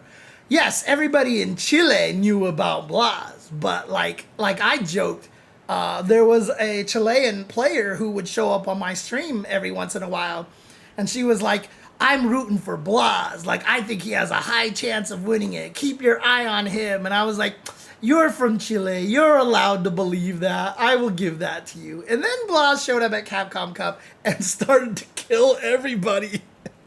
And all of us were like, what the hell? Who is this kid? What the heck is going on? Silver Ancient. I always do this at the beginning of the year. And I did one episode for Match of the Year, and then unfortunately I got the bad news that my cat was terminally ill, and that obviously threw me into a very depressive spiral. And also, I just stopped streaming because I was trying to spend as much time with my cat as possible. And so I just like disappeared for like, in terms of content creation for like the first third of the year. I eventually had to make the hard decision to let her go. Had a doctor come by, a euthanasia doctor come by at the end of March. And then after that happened, like I went to Taiwan for 2 weeks and I was in Japan for a week and I was just like doing all of this stuff. And I just never got back to it. And so I finally was like, you know what? I need to get this. I need to do this. I need to get this out of the way. So, because I didn't want to not do this. I didn't want to skip a year because I wanted to make sure that I, try to give the flowers to a lot of the people that I think deserve their flowers. So, but yeah, Blas, like, he got second place there. He got second place at another major. Then he got second place at EWC to Shanghai when it looked like Shanghai had all but won. But then Shanghai switched to Mai, and then he was able to come back and defeat Blas. But, we were all high on Blas at that point because he was just killing everybody. And he's still really strong. I mean, Crimea just beat him in the Chilean World Warrior. And that was the first time Blas didn't get first place in 11 World Warriors in his region. Like, Blas had won 11 World Warriors in a row. And Crimea finally beat him this last time to end that streak at 11. Which is great, by the way. Crimea, very talented. And if Crimea can continue to be a great training partner for Blas and, maintain his level right there with Blas, that pair of players right there is going to be one to be scared of for a very, very long time. Chile region had like 200 entrants. Hey, thank you for the follow. I am Fife, actually. The one time that I did manage to go to Chile a long time ago, this is what I mean. Whenever I travel places and I see what the FGC is like in other regions, it's always like shocking, right? And, it's crazy because like I went to Festigame, which is like a gaming festival in Chile. They flew me out for that and I saw it there and they had like Duracell as sponsors and like all these big companies as sponsors, and they were just like, man, our goal is we just wish we could make our esports here in Chile as big and crazy as you guys have it in the US. And I was like, I don't know what to tell you, man, but like esports in the US sucks. It was crazy. Like the Chilean region, like, they have a lot of passionate players down there. So I'm not surprised, Like, I met a lot of people down there. I even got to meet up with Kane Blue River because he was there at the time. He introduced me to his friend who was like one of the world speed runners for Resident Evil games. I met a bunch of their commentators down there. So, it was really cool to see. So I'm not surprised that they had like 200 people down there. So, Chipotle is kind of cool, but the way that people like in foreign countries view the FGC and our esports here, like it feels like we should be having sponsors like Toyota and crazy like Chipotle is one of our sponsors for sure, and I know that they're really happy being in the fighting game community, but like if the esports was as big as esports tells you esports is, we should be able to name like 8 companies right off the bat that is sponsoring the FGC that are big companies, right? So, what's up, Golgoth? But yeah, Chile is very, very strong region, and Blas is their forefront player out there. And you know what's going to happen, too? is because Blas is there.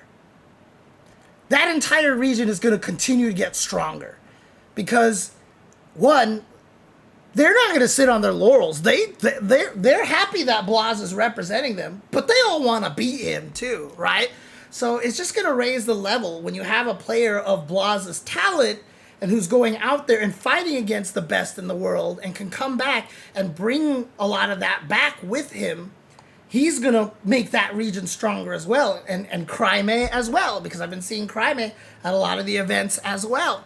Both of them are going to help raise the level of that community out there.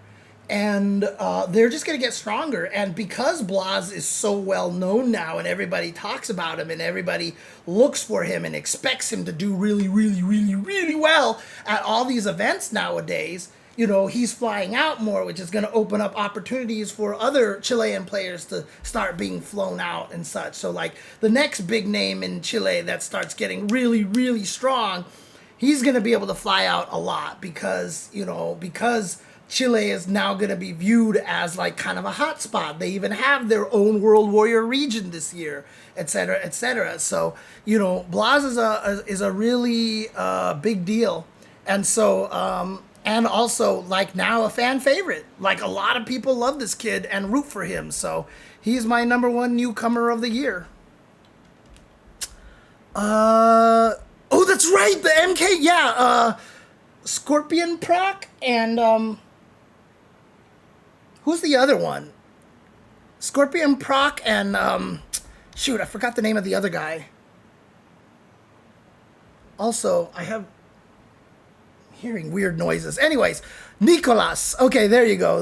Yeah. I just saw Scorpion Proc was doing really well in a lot of Street Fighter events. Yeah, so, dude, Chile, they have had a history of very, very, very strong players. So 200 entrants in Chile, not a surprise, especially if a player like Blas is inspiring a lot of people in that region. You know, he's probably very well known in Chile. Like, if anybody knows personally, like, is he a celebrity in Chile? I wouldn't be surprised if he is. And him being a celebrity in Chile will get more people to also play Street Fighter 6. That's what happens. So, all right, event of the year.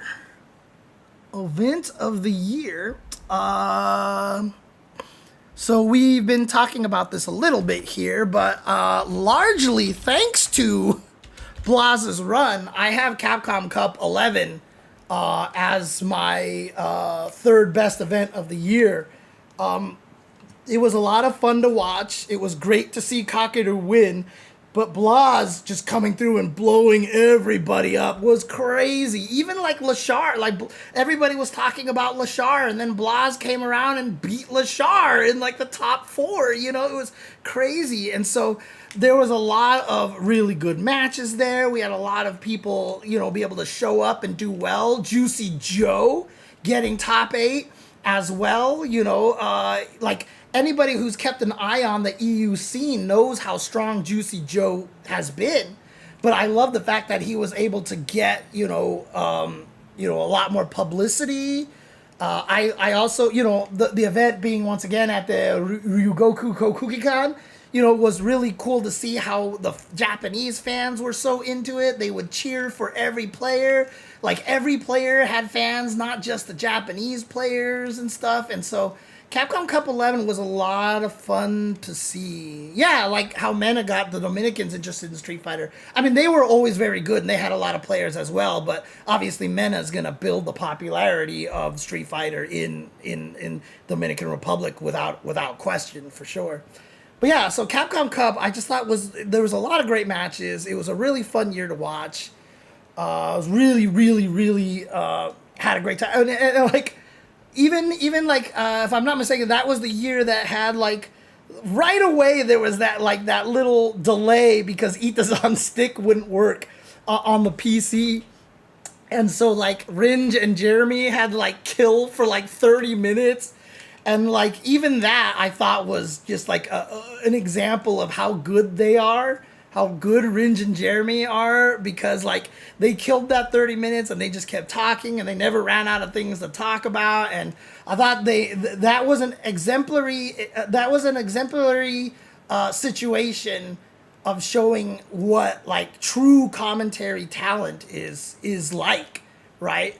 A lot of times people are like, why are these commentators talking so long? Why they just want to hear themselves talk? No, like somebody is in our ear literally talking to us while we're commentating. They're like, stall, keep killing, kill for 10 more minutes, kill for 10 more minutes. And like, so if you know like, oh, I have to kill for 10 minutes, you know, a topic that I've been thinking about recently, you know, something that's loaded and that can have a lot of conversation, you know, like that's really how a lot of, you know, where a lot of that skill comes from, right? A lot of people think commentary is just, I can be hype when a hype moment comes up. No, it's really about knowing what to talk about, how to talk about things while things are happening. I gotta have the opposite problem is that I'll start talking about something and then something crazy happens on stream and like I don't break, and I've gotten better at that, but I need to be good. I need to be even better at that. So, yeah, Broski doing really well. Punk losing to other, like having 3 camis in that pool was just like kind of crazy, but it was a good event. So I have that at number 3. And then at number 2, I actually have Evo. I have Evolution 2025 last year. And one of the reasons why I felt like Evo 2025 stood out really well was because of Evo 2024. Evo 2024, if you forget, was the year that they tried to make it so that the finals stadium area was free with the ticket. And so they were like, it should be fine because people, when they finish watching their favorite game, they'll leave. That's not what happened. And so like nobody could get in. Nobody could get in to see the finals. And there was just this ginormous line. And bless Rick's soul, he had to just be like, I'm sorry, guys. I don't think you guys are making it in. You know, and like he put it upon himself. He didn't let anybody else have to talk about it and stuff. And so like Evo 2024, there was a lot of hiccups and a lot of things that kind of went wrong. And, you know, a lot of times you see this historically with Evo is that they'll have a year where something goes catastrophically wrong. I don't even know if that's a word. Catastrophically wrong. That is how it is. Catastrophically wrong. But then the next year they fix it. And I gotta say, the way that the Sunday finals area was built out on Sunday for 2025 was amazing. Like, it's one of the coolest finals arenas that I had seen in a long time. And they even abandoned the whole thing of having the stage kind of in the middle with the, like, they kind of went back more to the hotel style where it was just the stage and then the audience, right? Like, just like that. And the screens were huge and the crowds were big and the production was excellent. Having been able to sit through most of it in 2025, it was Sunday is a really wonderful experience. And even to the point, you know, like last year at Evo 2026, a couple of months ago, you know, after Street Fighter ended, you know, and everybody was still there, the stream was over, like everybody, the audience all stayed there. We always do a big giant group picture. Everybody, like the whole crowd just started chanting Evo, Evo, Evo. Like, it was crazy. Like, especially with all the controversies that like Evo has had and everything like that, you know. They're like, when you're in that room on Sunday, it's just so electric and it's so exciting. And it's still, in my opinion, like an irreplicable kind of feeling being in that room. And, you know, in general, Evo has stepped it up a lot. You know, in 2025, they had when Evo was going, the arcade room, the cabinets and stuff like that was like the second largest arcade in the country at the time. They had a lot more games last year than I felt like they had this year, but I don't know if that's a mistake or not. I can't speak to that realistically or not, but I felt like they had a lot more random games. Like, I remember seeing, like, Donkey Kong and Donkey Kong Jr. and Donkey Kong 3 at EVO in 2025, and I didn't see those games this year, but I might have just missed it because I didn't have a chance to walk through the arcade all that much. But, yeah, 2025, they had the arcade, they had the EVO Museum, etc., etc. they did a lot of really, really cool things. And so I really felt like Evo 2025 was a big, like a return to form. And I really thought that Evo 2025 righted a lot of the wrongs that happened in 2024. And it's weird because it sounds like that means that it should have been number one the way that I've been talking about it. But really, honestly, the event that stood out the most last year was CEO 2025, aka the return to Orlando. There were so many things I could say about this event that were great. But really, it comes down to the venue. Shout outs to Jabali, as always, because Jabali works very hard. Despite what you guys hear and what you say and how many times I make fun of him, the guy works really hard and he's very good at making connections. And he really made strong connections with the guy who actually owned the venue and like ran the venue. He passed away last year, unfortunately. But before that, like, he became really good friends with him. He worked very closely with that venue, even setting up the CEO channel in all the hotel rooms and everything like that. And so the there's a market / food court on the bottom floor that's like open. I think it's 24 hours because I definitely got stuff really late. At least the market is open, and I think only certain parts of the food place are open. But like, just even having that, the ability to just be like, God, I'm really thirsty, I need a drink, or I really need a snack, and just to be able to open your hotel room, not go anywhere, just go take the elevator and then take the stairs to the bottom floor, buy stuff, was great. It was really great. And then Jabali always has the Jabali Land arcade open 24 hours, which is always fun to have.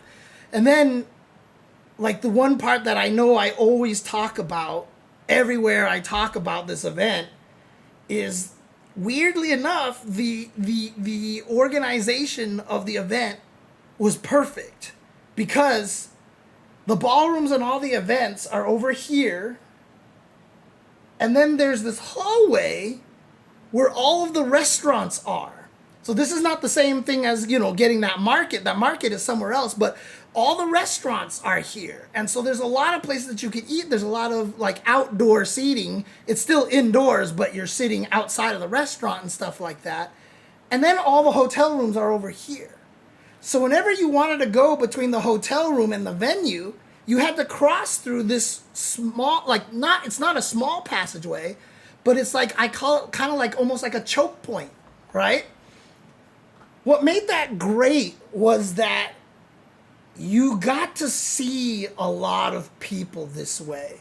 A lot of events I go to, I don't see a lot of my friends anymore. I know a bunch of people there, and I never get a chance to run into them.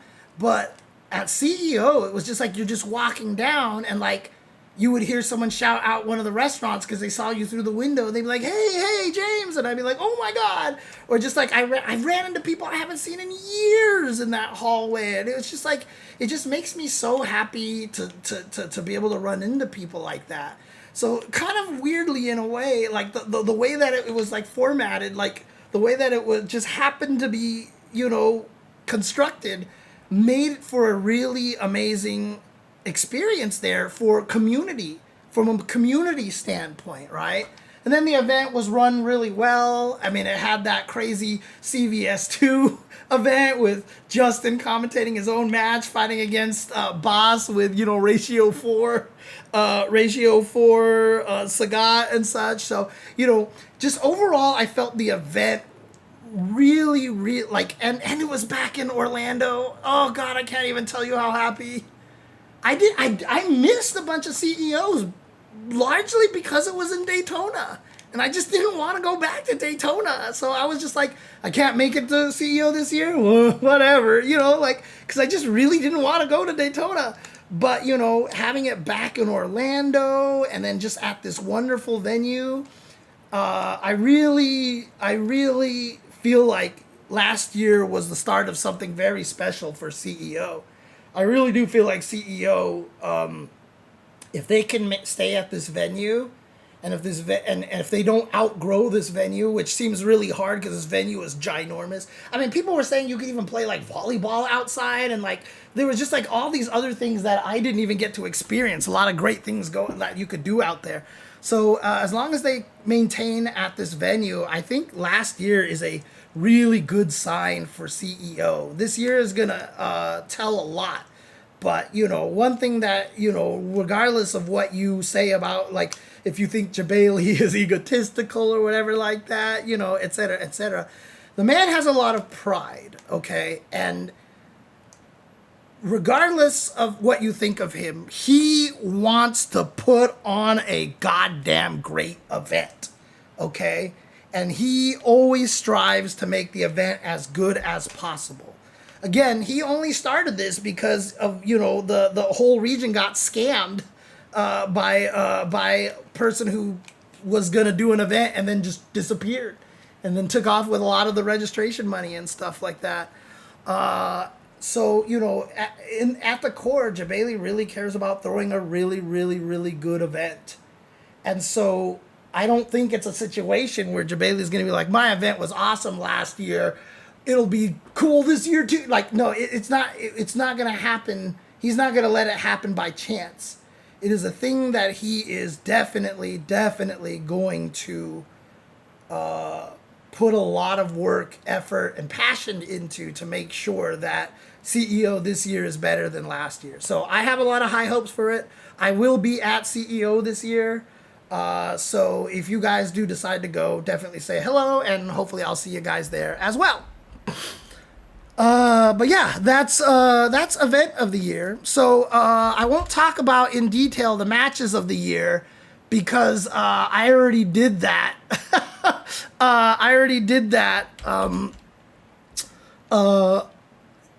I think the second stream I did this year where I went through all 4 of the matches that I have here. So I do have honorable mention, which was the Justin versus Boss match at CEO, where he did have the ratio 4 Sagat and almost managed to beat Boss and got him all stressed out. But the number 3 match, I have the Super Turbo winners finals match between Hokuto and Ito 2K. Again, a lot of history going on in there, and just showing that, you know, the 2 Mexican players are like some of the best for Super Turbo, honestly. So I thought that was really cool, and Ito was able to defeat Hokuto, which Hokuto has always been getting the better of him. Unfortunately for Ito, Hokuto did come back and win in grand finals, but it was a really good match, and the way that it went down was really fun to see, and it was a great Super Turbo match. The number 2 match I had was Dark Angel versus Kindebu in Fatal Fury City of the Wolves at EWC group stages, which now, again, is even more relevant than ever because Dark Angel actually won EWC this year.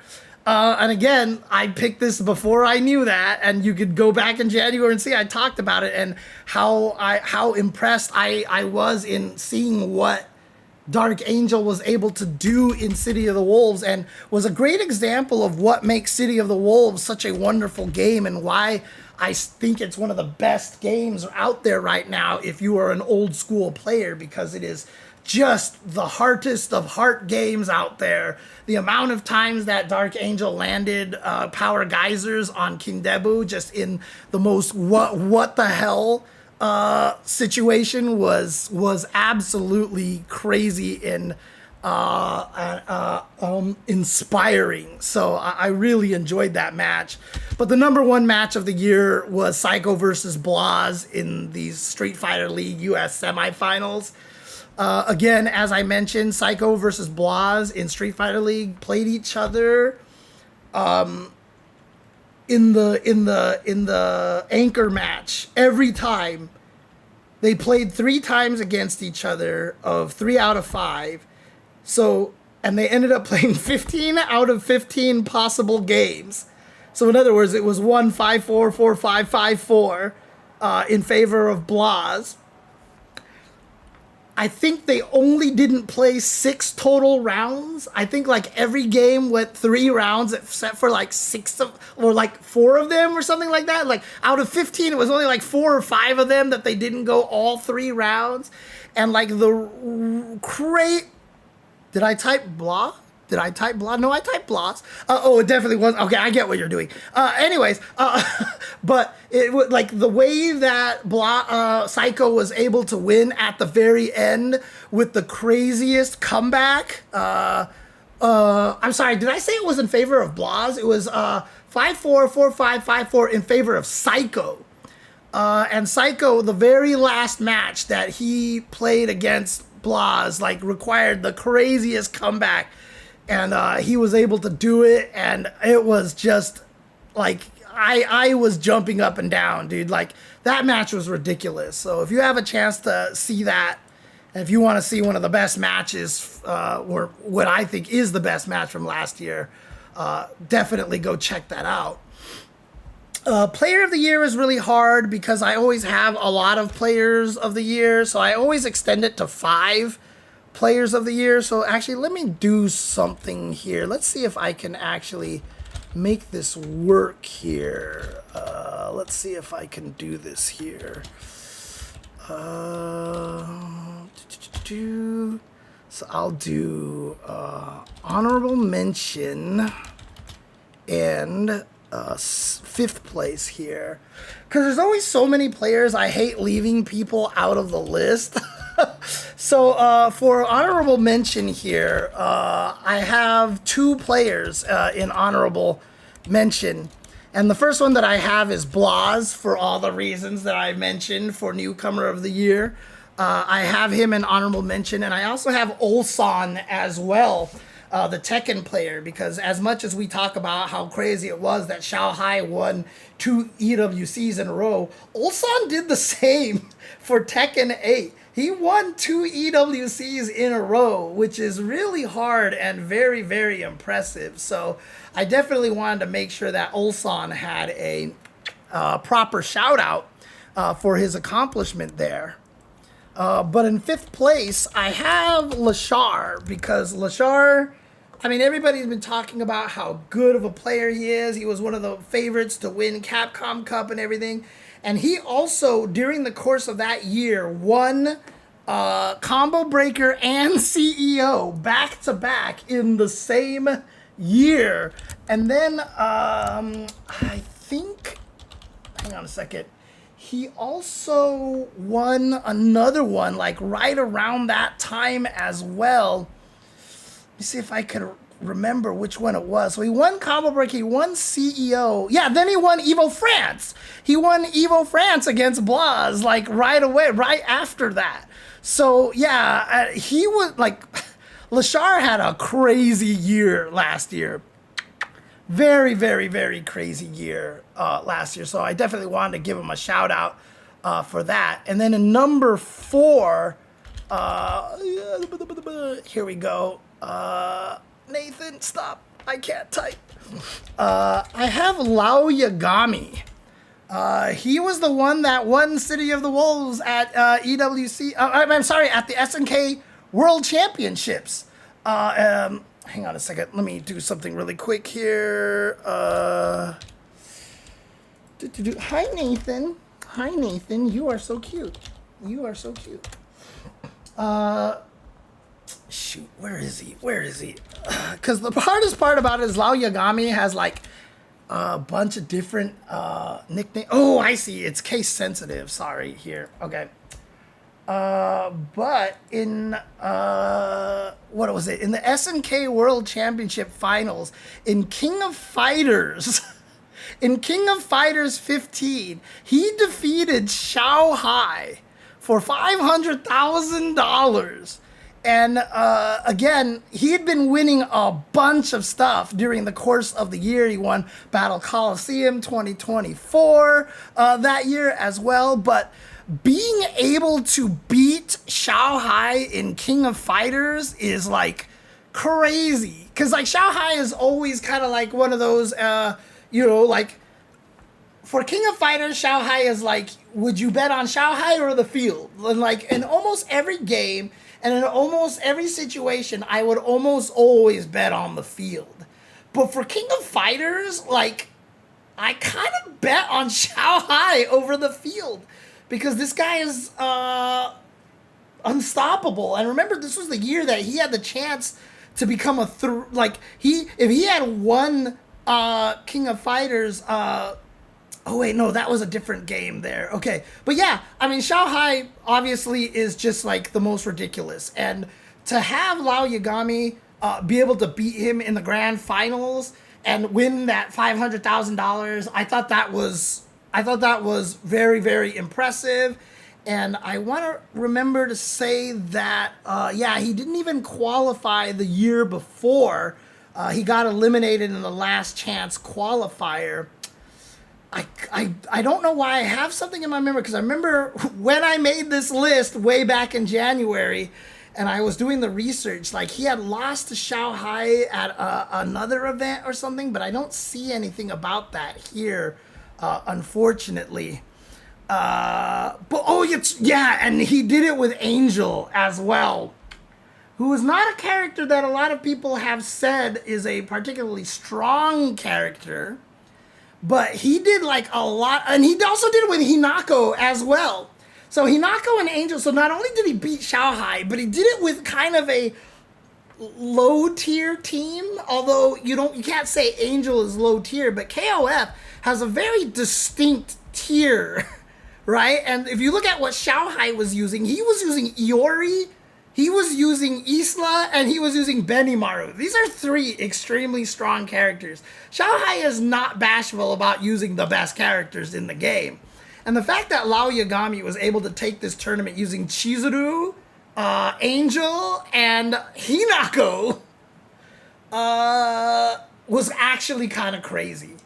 And there were teams, like, I think he like OCV'd a couple of teams with like Hinako or something like that. It was pretty crazy. So, to be able to not only beat Xiaohai in King of Fighters 15 in the SNK World Championship Finals for $500,000 and do it with Chizuru, Angel, and Hinako is pretty crazy. So I think that's worth shouting out there.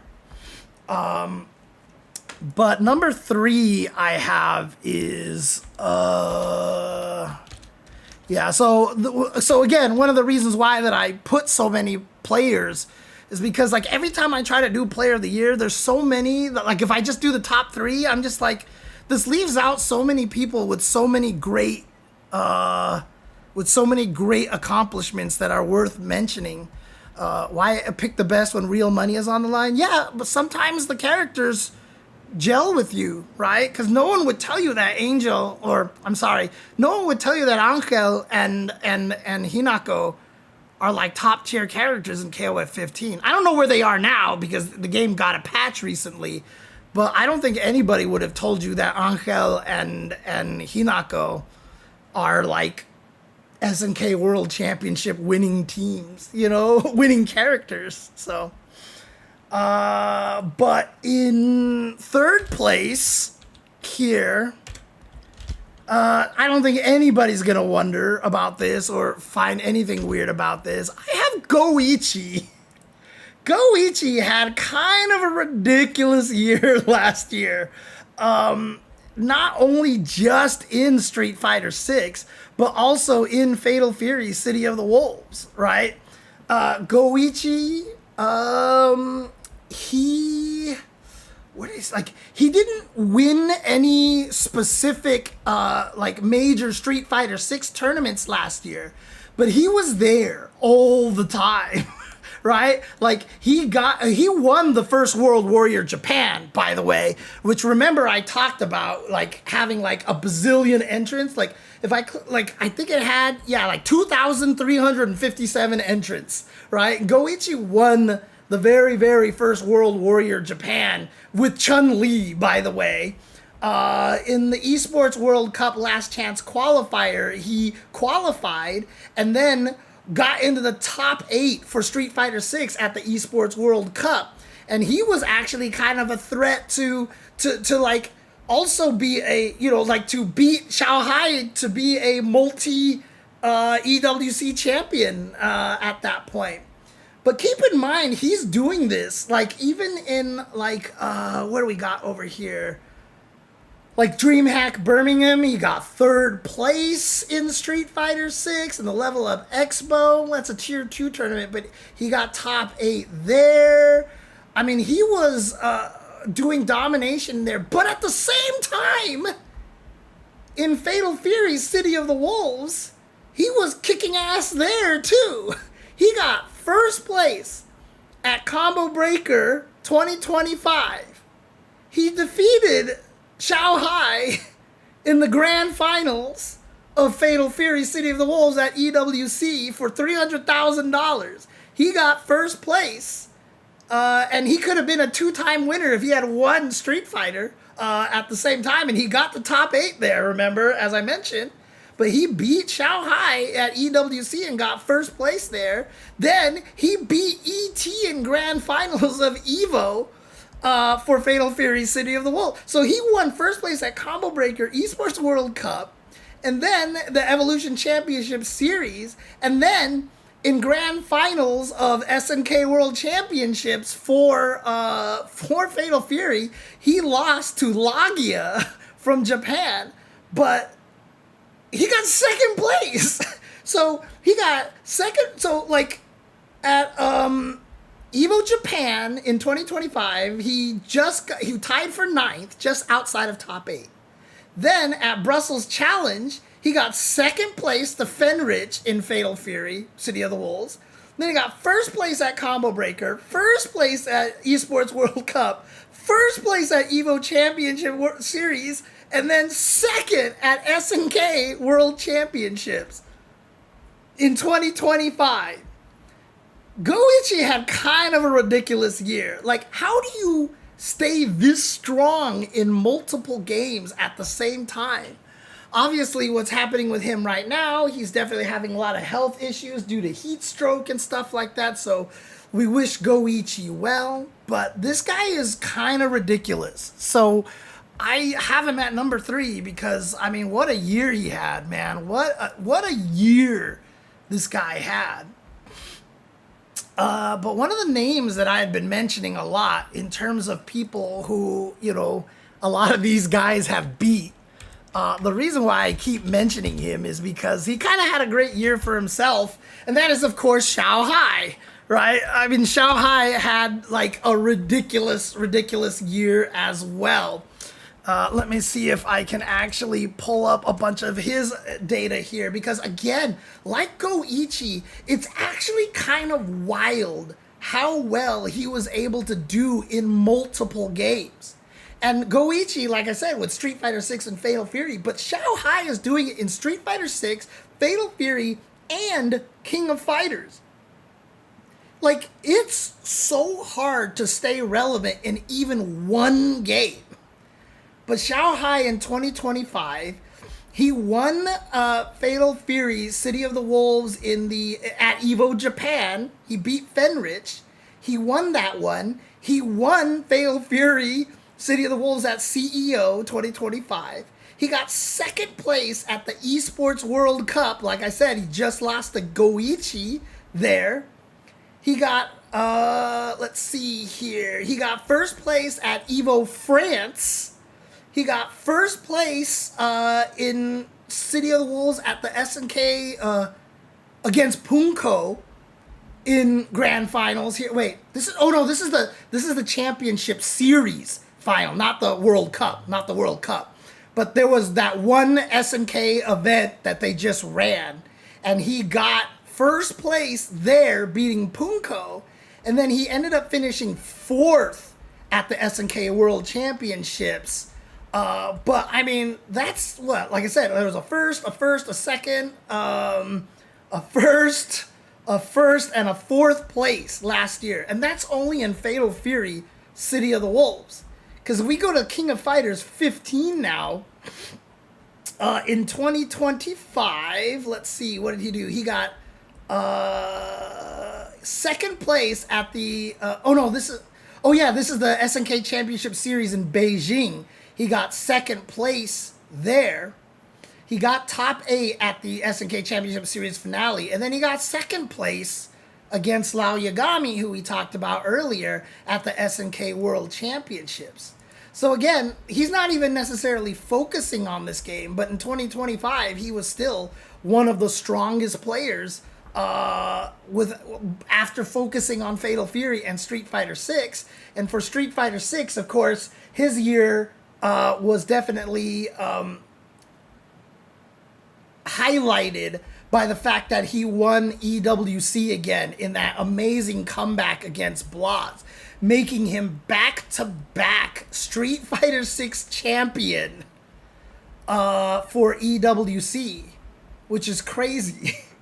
And again, like, if you look at the rest of 2025, he still had a pretty good year here as well. Where was it? Okay, he had an okay year. He had an okay year in Street Fighter 6. But being able to win EWC back-to-back, I think, is a huge thing. It's huge, because, like, I wouldn't have picked him. Like, I did not believe he had a real chance of going back-to-back that year. But he was able to do so. Even at EVO, he got into top 8 as well. He lost the Phenom at EVO. So he did get top 8 at EVO as well.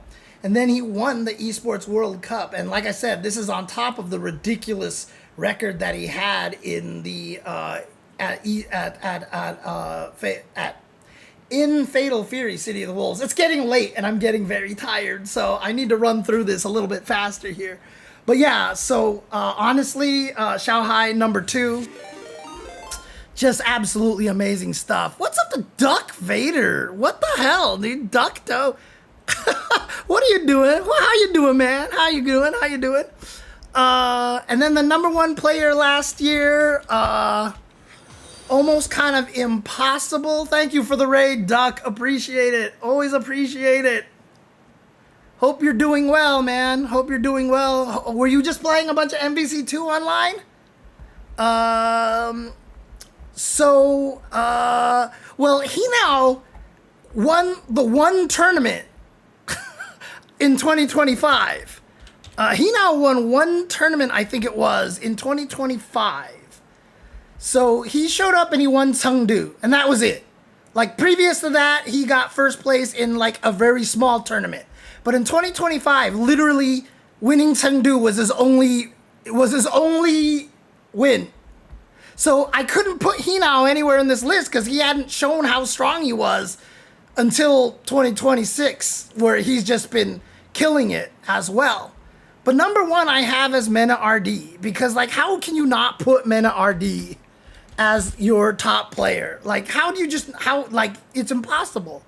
Because in 2025, he won EVO and EVO Japan. He won EVO Japan and EVO in the same year. Dude, it's crazy. It's actually crazy. Which platform do you play MVC2 on mostly, Doc? Do you play it on the Capcom Fighting Collection, or is it on Fightcade? Most of the players are on CFC, are on the Marvel Collection, right? If I'm not mistaken. Canonize, I'm half a year late because just the way the year has been going. I always do an award show at the start of the year, and I just never got a chance to do it because this year has been kind of crazy. So I'm finally just getting through that now. So I'm finally actually, that's cool to hear, actually, that the community plays a lot on the collection. That's really, really cool. I'm glad to hear that. I'm really, really glad to hear that. So, but Mena RD, I mean, he's just ridiculous. He's one of the best players out there. Obviously, like his year, if you look at his year's results, like Combo Breaker, he tied for 13th. CEO, he tied for 33rd.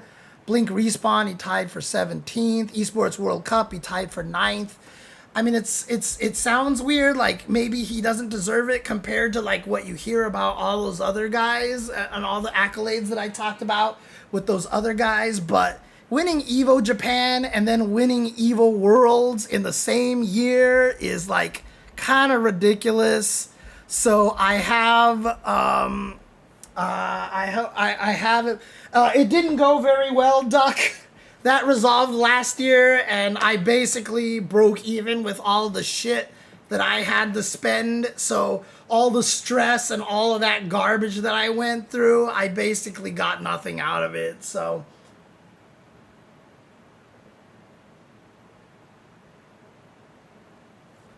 part of one of the main reasons why 2025 sucked. But yeah, so I have Mena Artie as number one.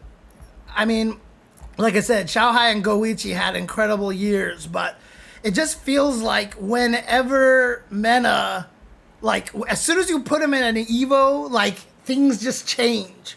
He didn't enter Evo France. He couldn't make it. But if he had been able to win all 3 Evos in a year, that would have been, like, unprecedented, dude. I remember when I was making this list at the beginning of the year, Arslan Ash's results in 2025 were let me see. He won Evo. Oh, he did win Evo France, actually. And he did win Battle Arena Melbourne. You know, the hard part is that I just don't have the Tekken community in my head, but Arslan Ash is definitely up there. And also, I think I had him as number 1 last year. I might have had him number 1 as last year.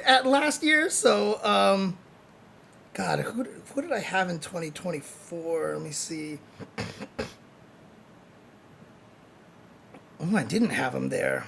God, where did I put him? I know he was a player of the year for me one year.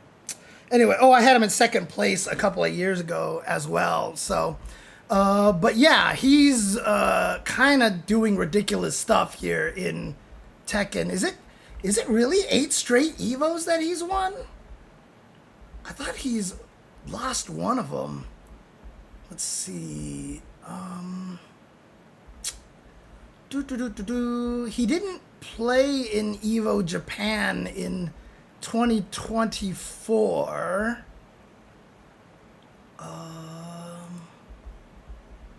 Yeah, seriously, I mean, 2026 awards, it's kind of hard not to put him there. Yeah, he's won like every single one that he's entered, basically. Every single Evo that he's entered, which is kind of ridiculous. So I'll look that up a little bit more. So he's definitely already in the front runner spot for this year. So, but in any case, the next category is really, really tough. Because honestly, I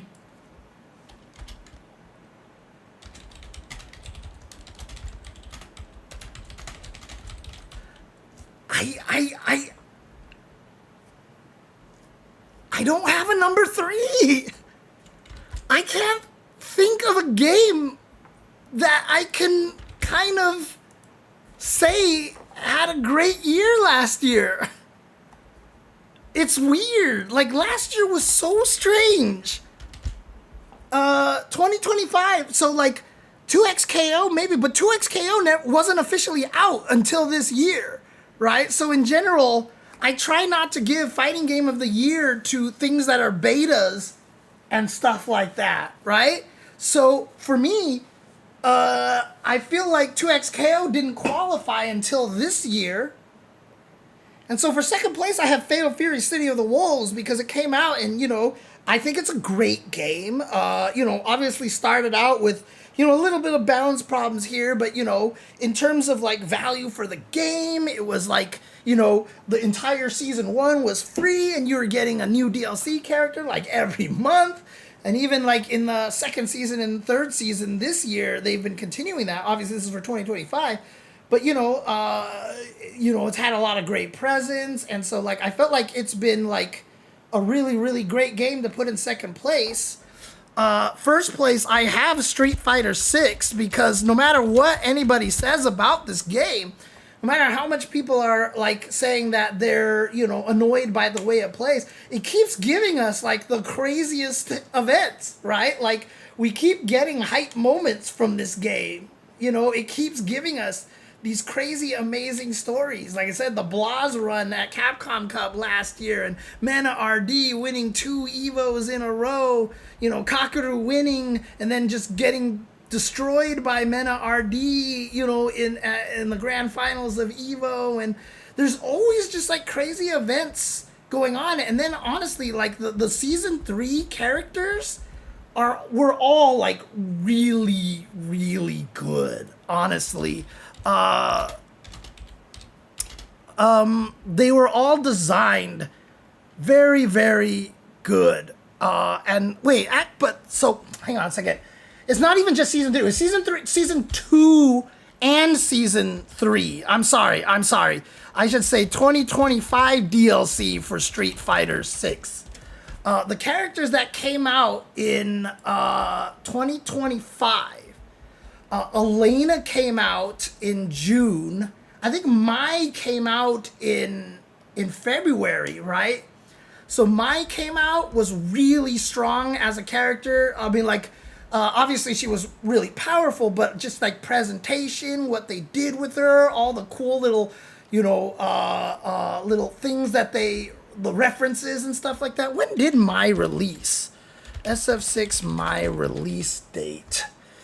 Yeah, it was February. Yeah. So she came out, then Elena came out, and you guys know that I played Elena. I just think she's really, really interesting.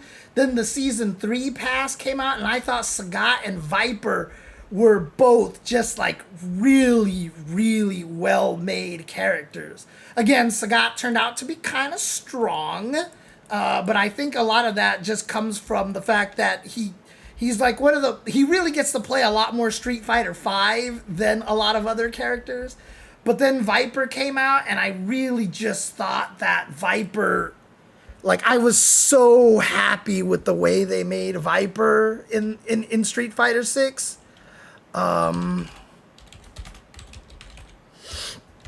So I just thought that Street Fighter 6 had a great year last year. I really do. And so I have it as the #1 game. But, like, what else came out in 2025 in terms of fighting games, right? Fighting game releases. Like, Tekken 8 I had listed in one of the worst because Season 2 was so hated. Capcom Fighting Collection 2 doesn't really count. You know, sometimes I'll put a game that even I'm just, like, obsessed with. Or like a personal choice. But I didn't even have anything that really could qualify there either. What was it? Nen Impact came out, right? Hunter vs. Hunter. Nen Impact came out in 2025. But like, I can't put that in Fighting Game of the Year because, you know, it was a very jank game. It was a very, very jank game. Mortal Kombat Collection came out and had really bad netcode. So like, I actually don't know what to put as #3. I really don't know what I could put at #3, right? I mean, even when the Game Awards did it, what did they do? They did 2XKO, they did Capcom Fighting Collection, City of the Wolves, the Mortal Kombat Collection, and Virtua Fighter 5 Revo World Stage. I mean, honestly, you know, if I have to put something there, you know, maybe I'll just put Virtua Fighter 5 there, you know, because, you know, they released it, they improved the netcode, it got on Steam, and, like, all this cool stuff happened with it. Maybe Virtua Fighter is the one that I should put there. Like I said, 2XKO, I still count as a beta, so I wouldn't, like, it officially came out February this year, if I'm not mistaken, or January, February this year. So, I only count games in this award once they're officially released, you know? So I don't know. Maybe Virtua Fighter 5 is the right answer to put in #3, but I don't know. Honestly, so it's weird that this year I just really have like nothing for Fighting Game of the Year. And this is supposed to be like the big award. This is the big award, and I have nothing. I have nothing for it. It's weird year last year for fighting games, honestly. Very, very weird year. But this year, obviously, things are different. 2XKO came out, Invincible came out, Avatar's coming out, Tokon is coming out. It's going to be a crazy year this year for fighting games. So hopefully I won't have this problem the next awards.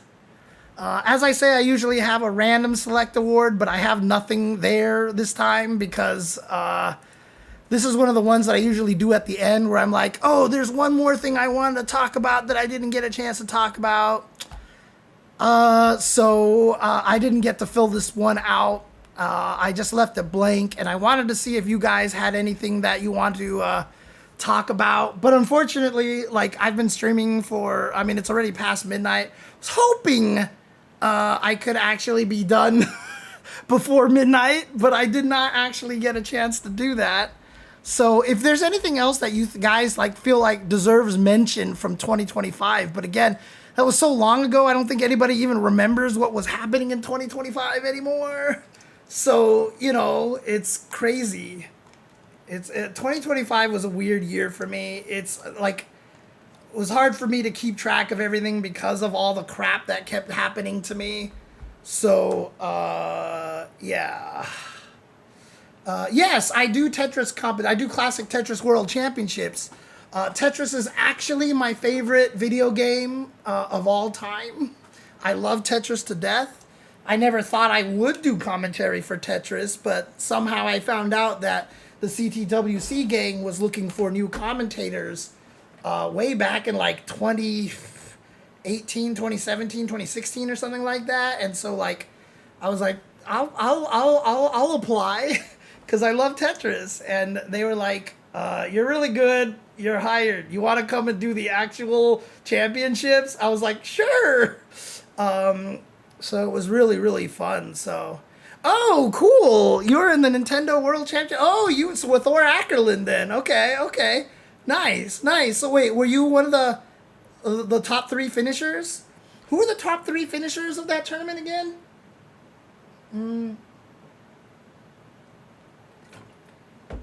But yeah, Thor was definitely one of the top players in Tetris in the early CTWCs and stuff. So, but that's really awesome. Yeah, I've always loved Tetris. I always like to talk about like my random history in Tetris. Like, but I've played a lot of Tetris in the past. I deeply love Tetris. I recently just got Grandmaster in TGM1. In all of the Tetris Effect connected, like on Switch, on PC, and on PlayStation, like I'm pretty sure for the marathon score, I'm still like in the top 40 in all 3 versions, somewhere in those lists, because I learned how to do ST stacking and I'm persistent. But also, like, I love Tetris. I've played Tetris forever, so it's just like one of my favorite video games of all time. So yeah, but that's my Ultra Chen TV Awards for 2025. Finally. So again, a lot of it is hard because, you know, I'm definitely more involved in some scenes than others, but yeah, it's crazy, Apex, because like obviously the rolling has changed everything in Tetris. It's kind of crazy. So, but again, I just didn't have a chance to actually go through this list. There was just oftentimes a lot of other topics I want to talk about. I've been skipping, like I skipped the Tuesday show last week, unfortunately, partially because I was depressed about something. Again, happens a lot to me, so it's nothing to be concerned about. But also last week it was like way hotter than it is even today.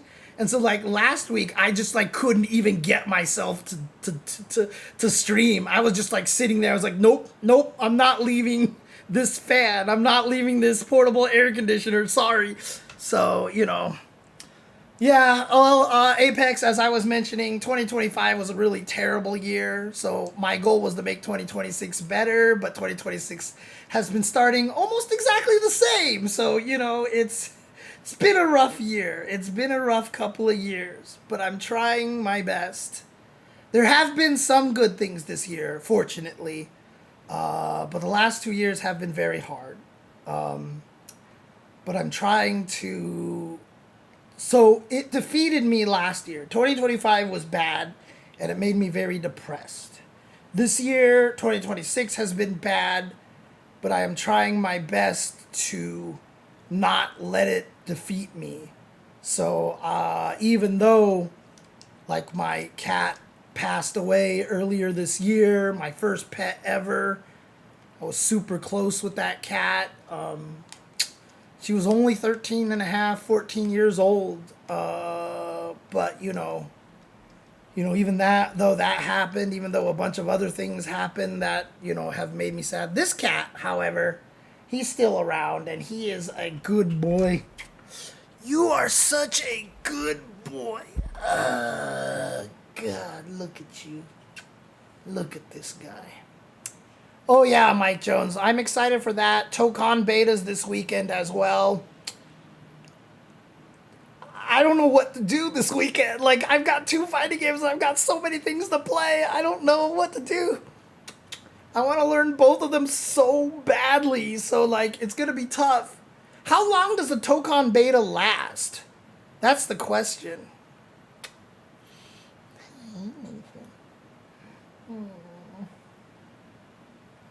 Look at this guy. Look at this guy. You're banned from what? You're banned from what, Mike Jones? But in any case, I think I'll go ahead and call it for a night here. It's short. Okay. So this weekend, I probably have to play the Tokon beta as much as possible, because I definitely want to get as much time for that. So, oh, there's special moves. There's special moves on it. Tokon has lots of special moves. I don't understand what you mean by no special moves. Oh yeah, DCKO. I mean, what a terrible name, right? Like, how do you name your game DCKO? Who thought 2XKO was a good idea for a name? So they said, let's name our game DCKO. Unless they just figured it would get it more popular, like it would actually get it more promotion that everybody keeps making Dicko jokes, right? Like, I mean, come on, dude. Seriously. Oh, man. So, in any case, if anybody doesn't have anything else to mention, I will... Yeah. No, so, here's the thing about Marvel Tokon, Mike Jones, is that there is a special move button in which you can do the special moves with it, but motions also work. So, you can do either. You can do motions, or you can do the special move button.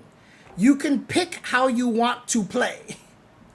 Oh, that's right. There's a comic arc that was called that. Yeah, that's right.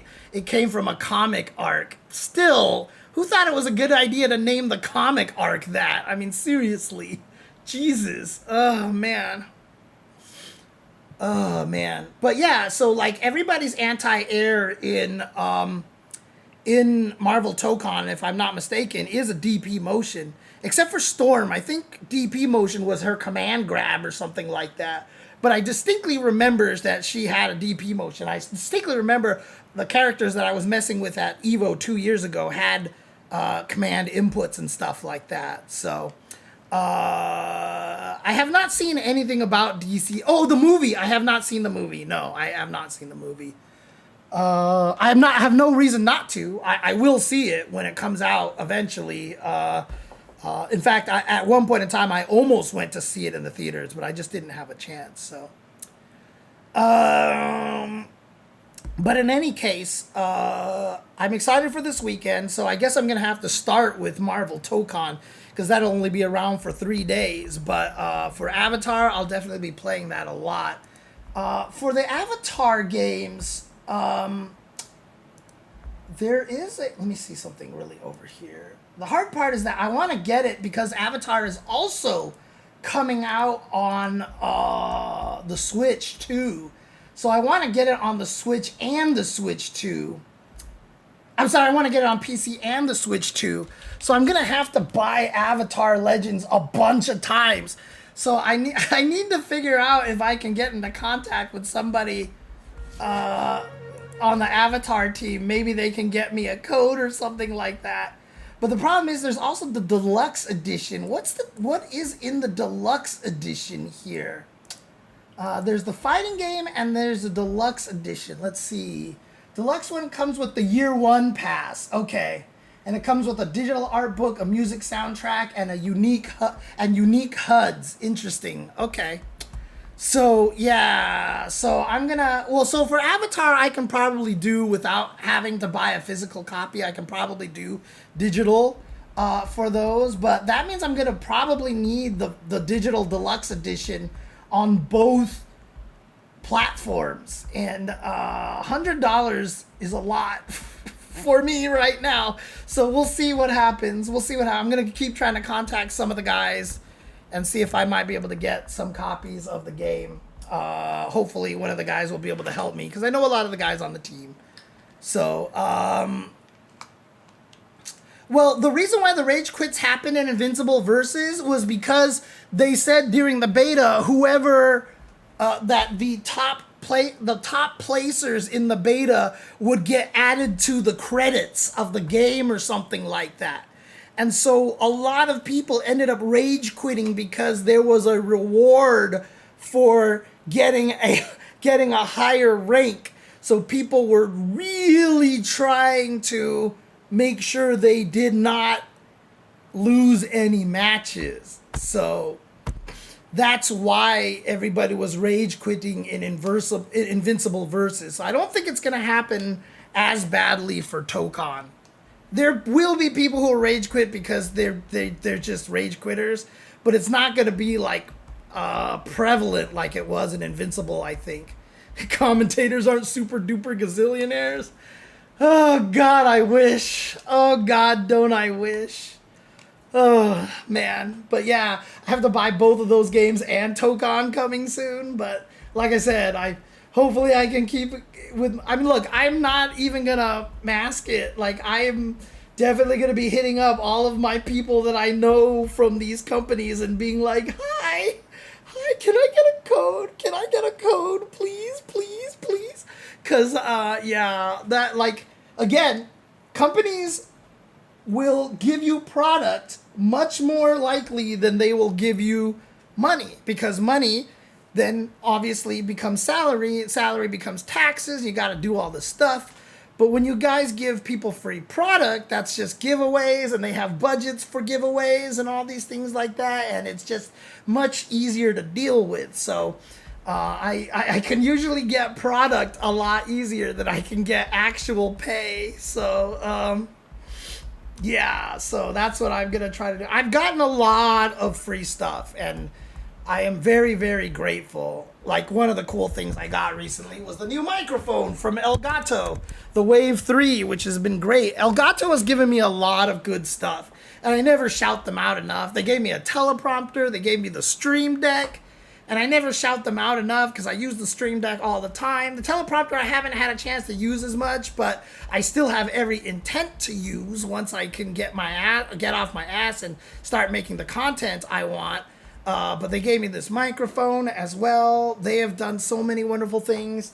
Victrix has given me a bunch of stuff. I do plan to do some product videos for Victrix because they gave me some free product, and I promised them I would make a video a long time ago, and I just haven't been able to do it because this year has been crazy. This year has just been really crazy for me.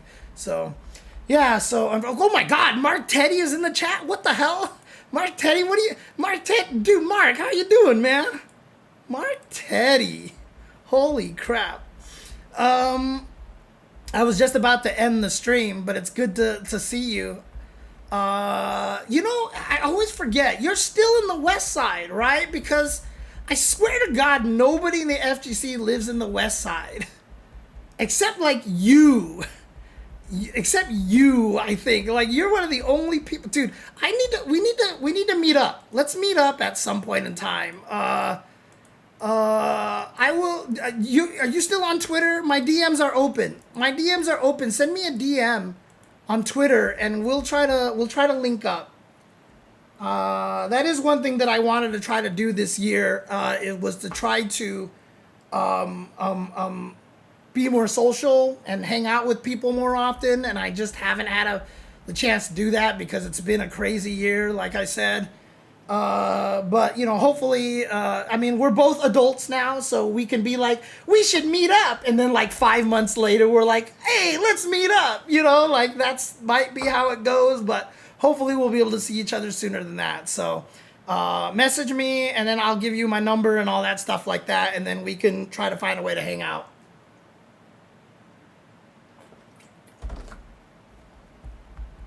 All right. Any case, I think I am going to go ahead and call it for a night. I've been streaming for 4 hours here, but before I go, I want to see if I can find somebody to raid here. So let's see if there's anybody else I can raid to pay it forward from everybody who raided me earlier. Let's see, who do we got right now? Brawl Pro is streaming. Let's see here. Integra is streaming. Ugong is streaming. Haitani? Jesus, Haitani has a lot of streams. People watching him. Let's see here. Actually, have not I don't know. I'm not familiar with Sheldon, actually. I don't know much about Sheldon. Let's take a look here. I see. He's just playing Street Fighter Online right now. Ooh, he's got some crazy mods on his game. All right, let's actually go there. Haitani's always playing Street Fighter 6. He got really popular from all the Japanese events. So every time he streams, he gets like 500 viewers and stuff like that. It's crazy. And a lot of times sometimes he'll get like thousands of streamers and stuff like that. So, all right, let's go ahead and raid Sheldon then. Sheldon twitching. So definitely tell him I said hello, and I need to go eat because I'm hungry and I haven't eaten dinner yet. So I will see you guys later, but thank you guys for tuning in, and remember that the day that this podcast graced your ears was the most important day of your life.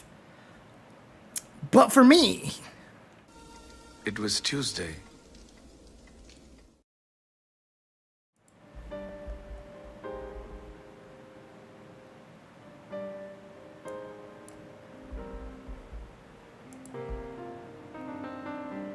Play against Zanky. Holy crap.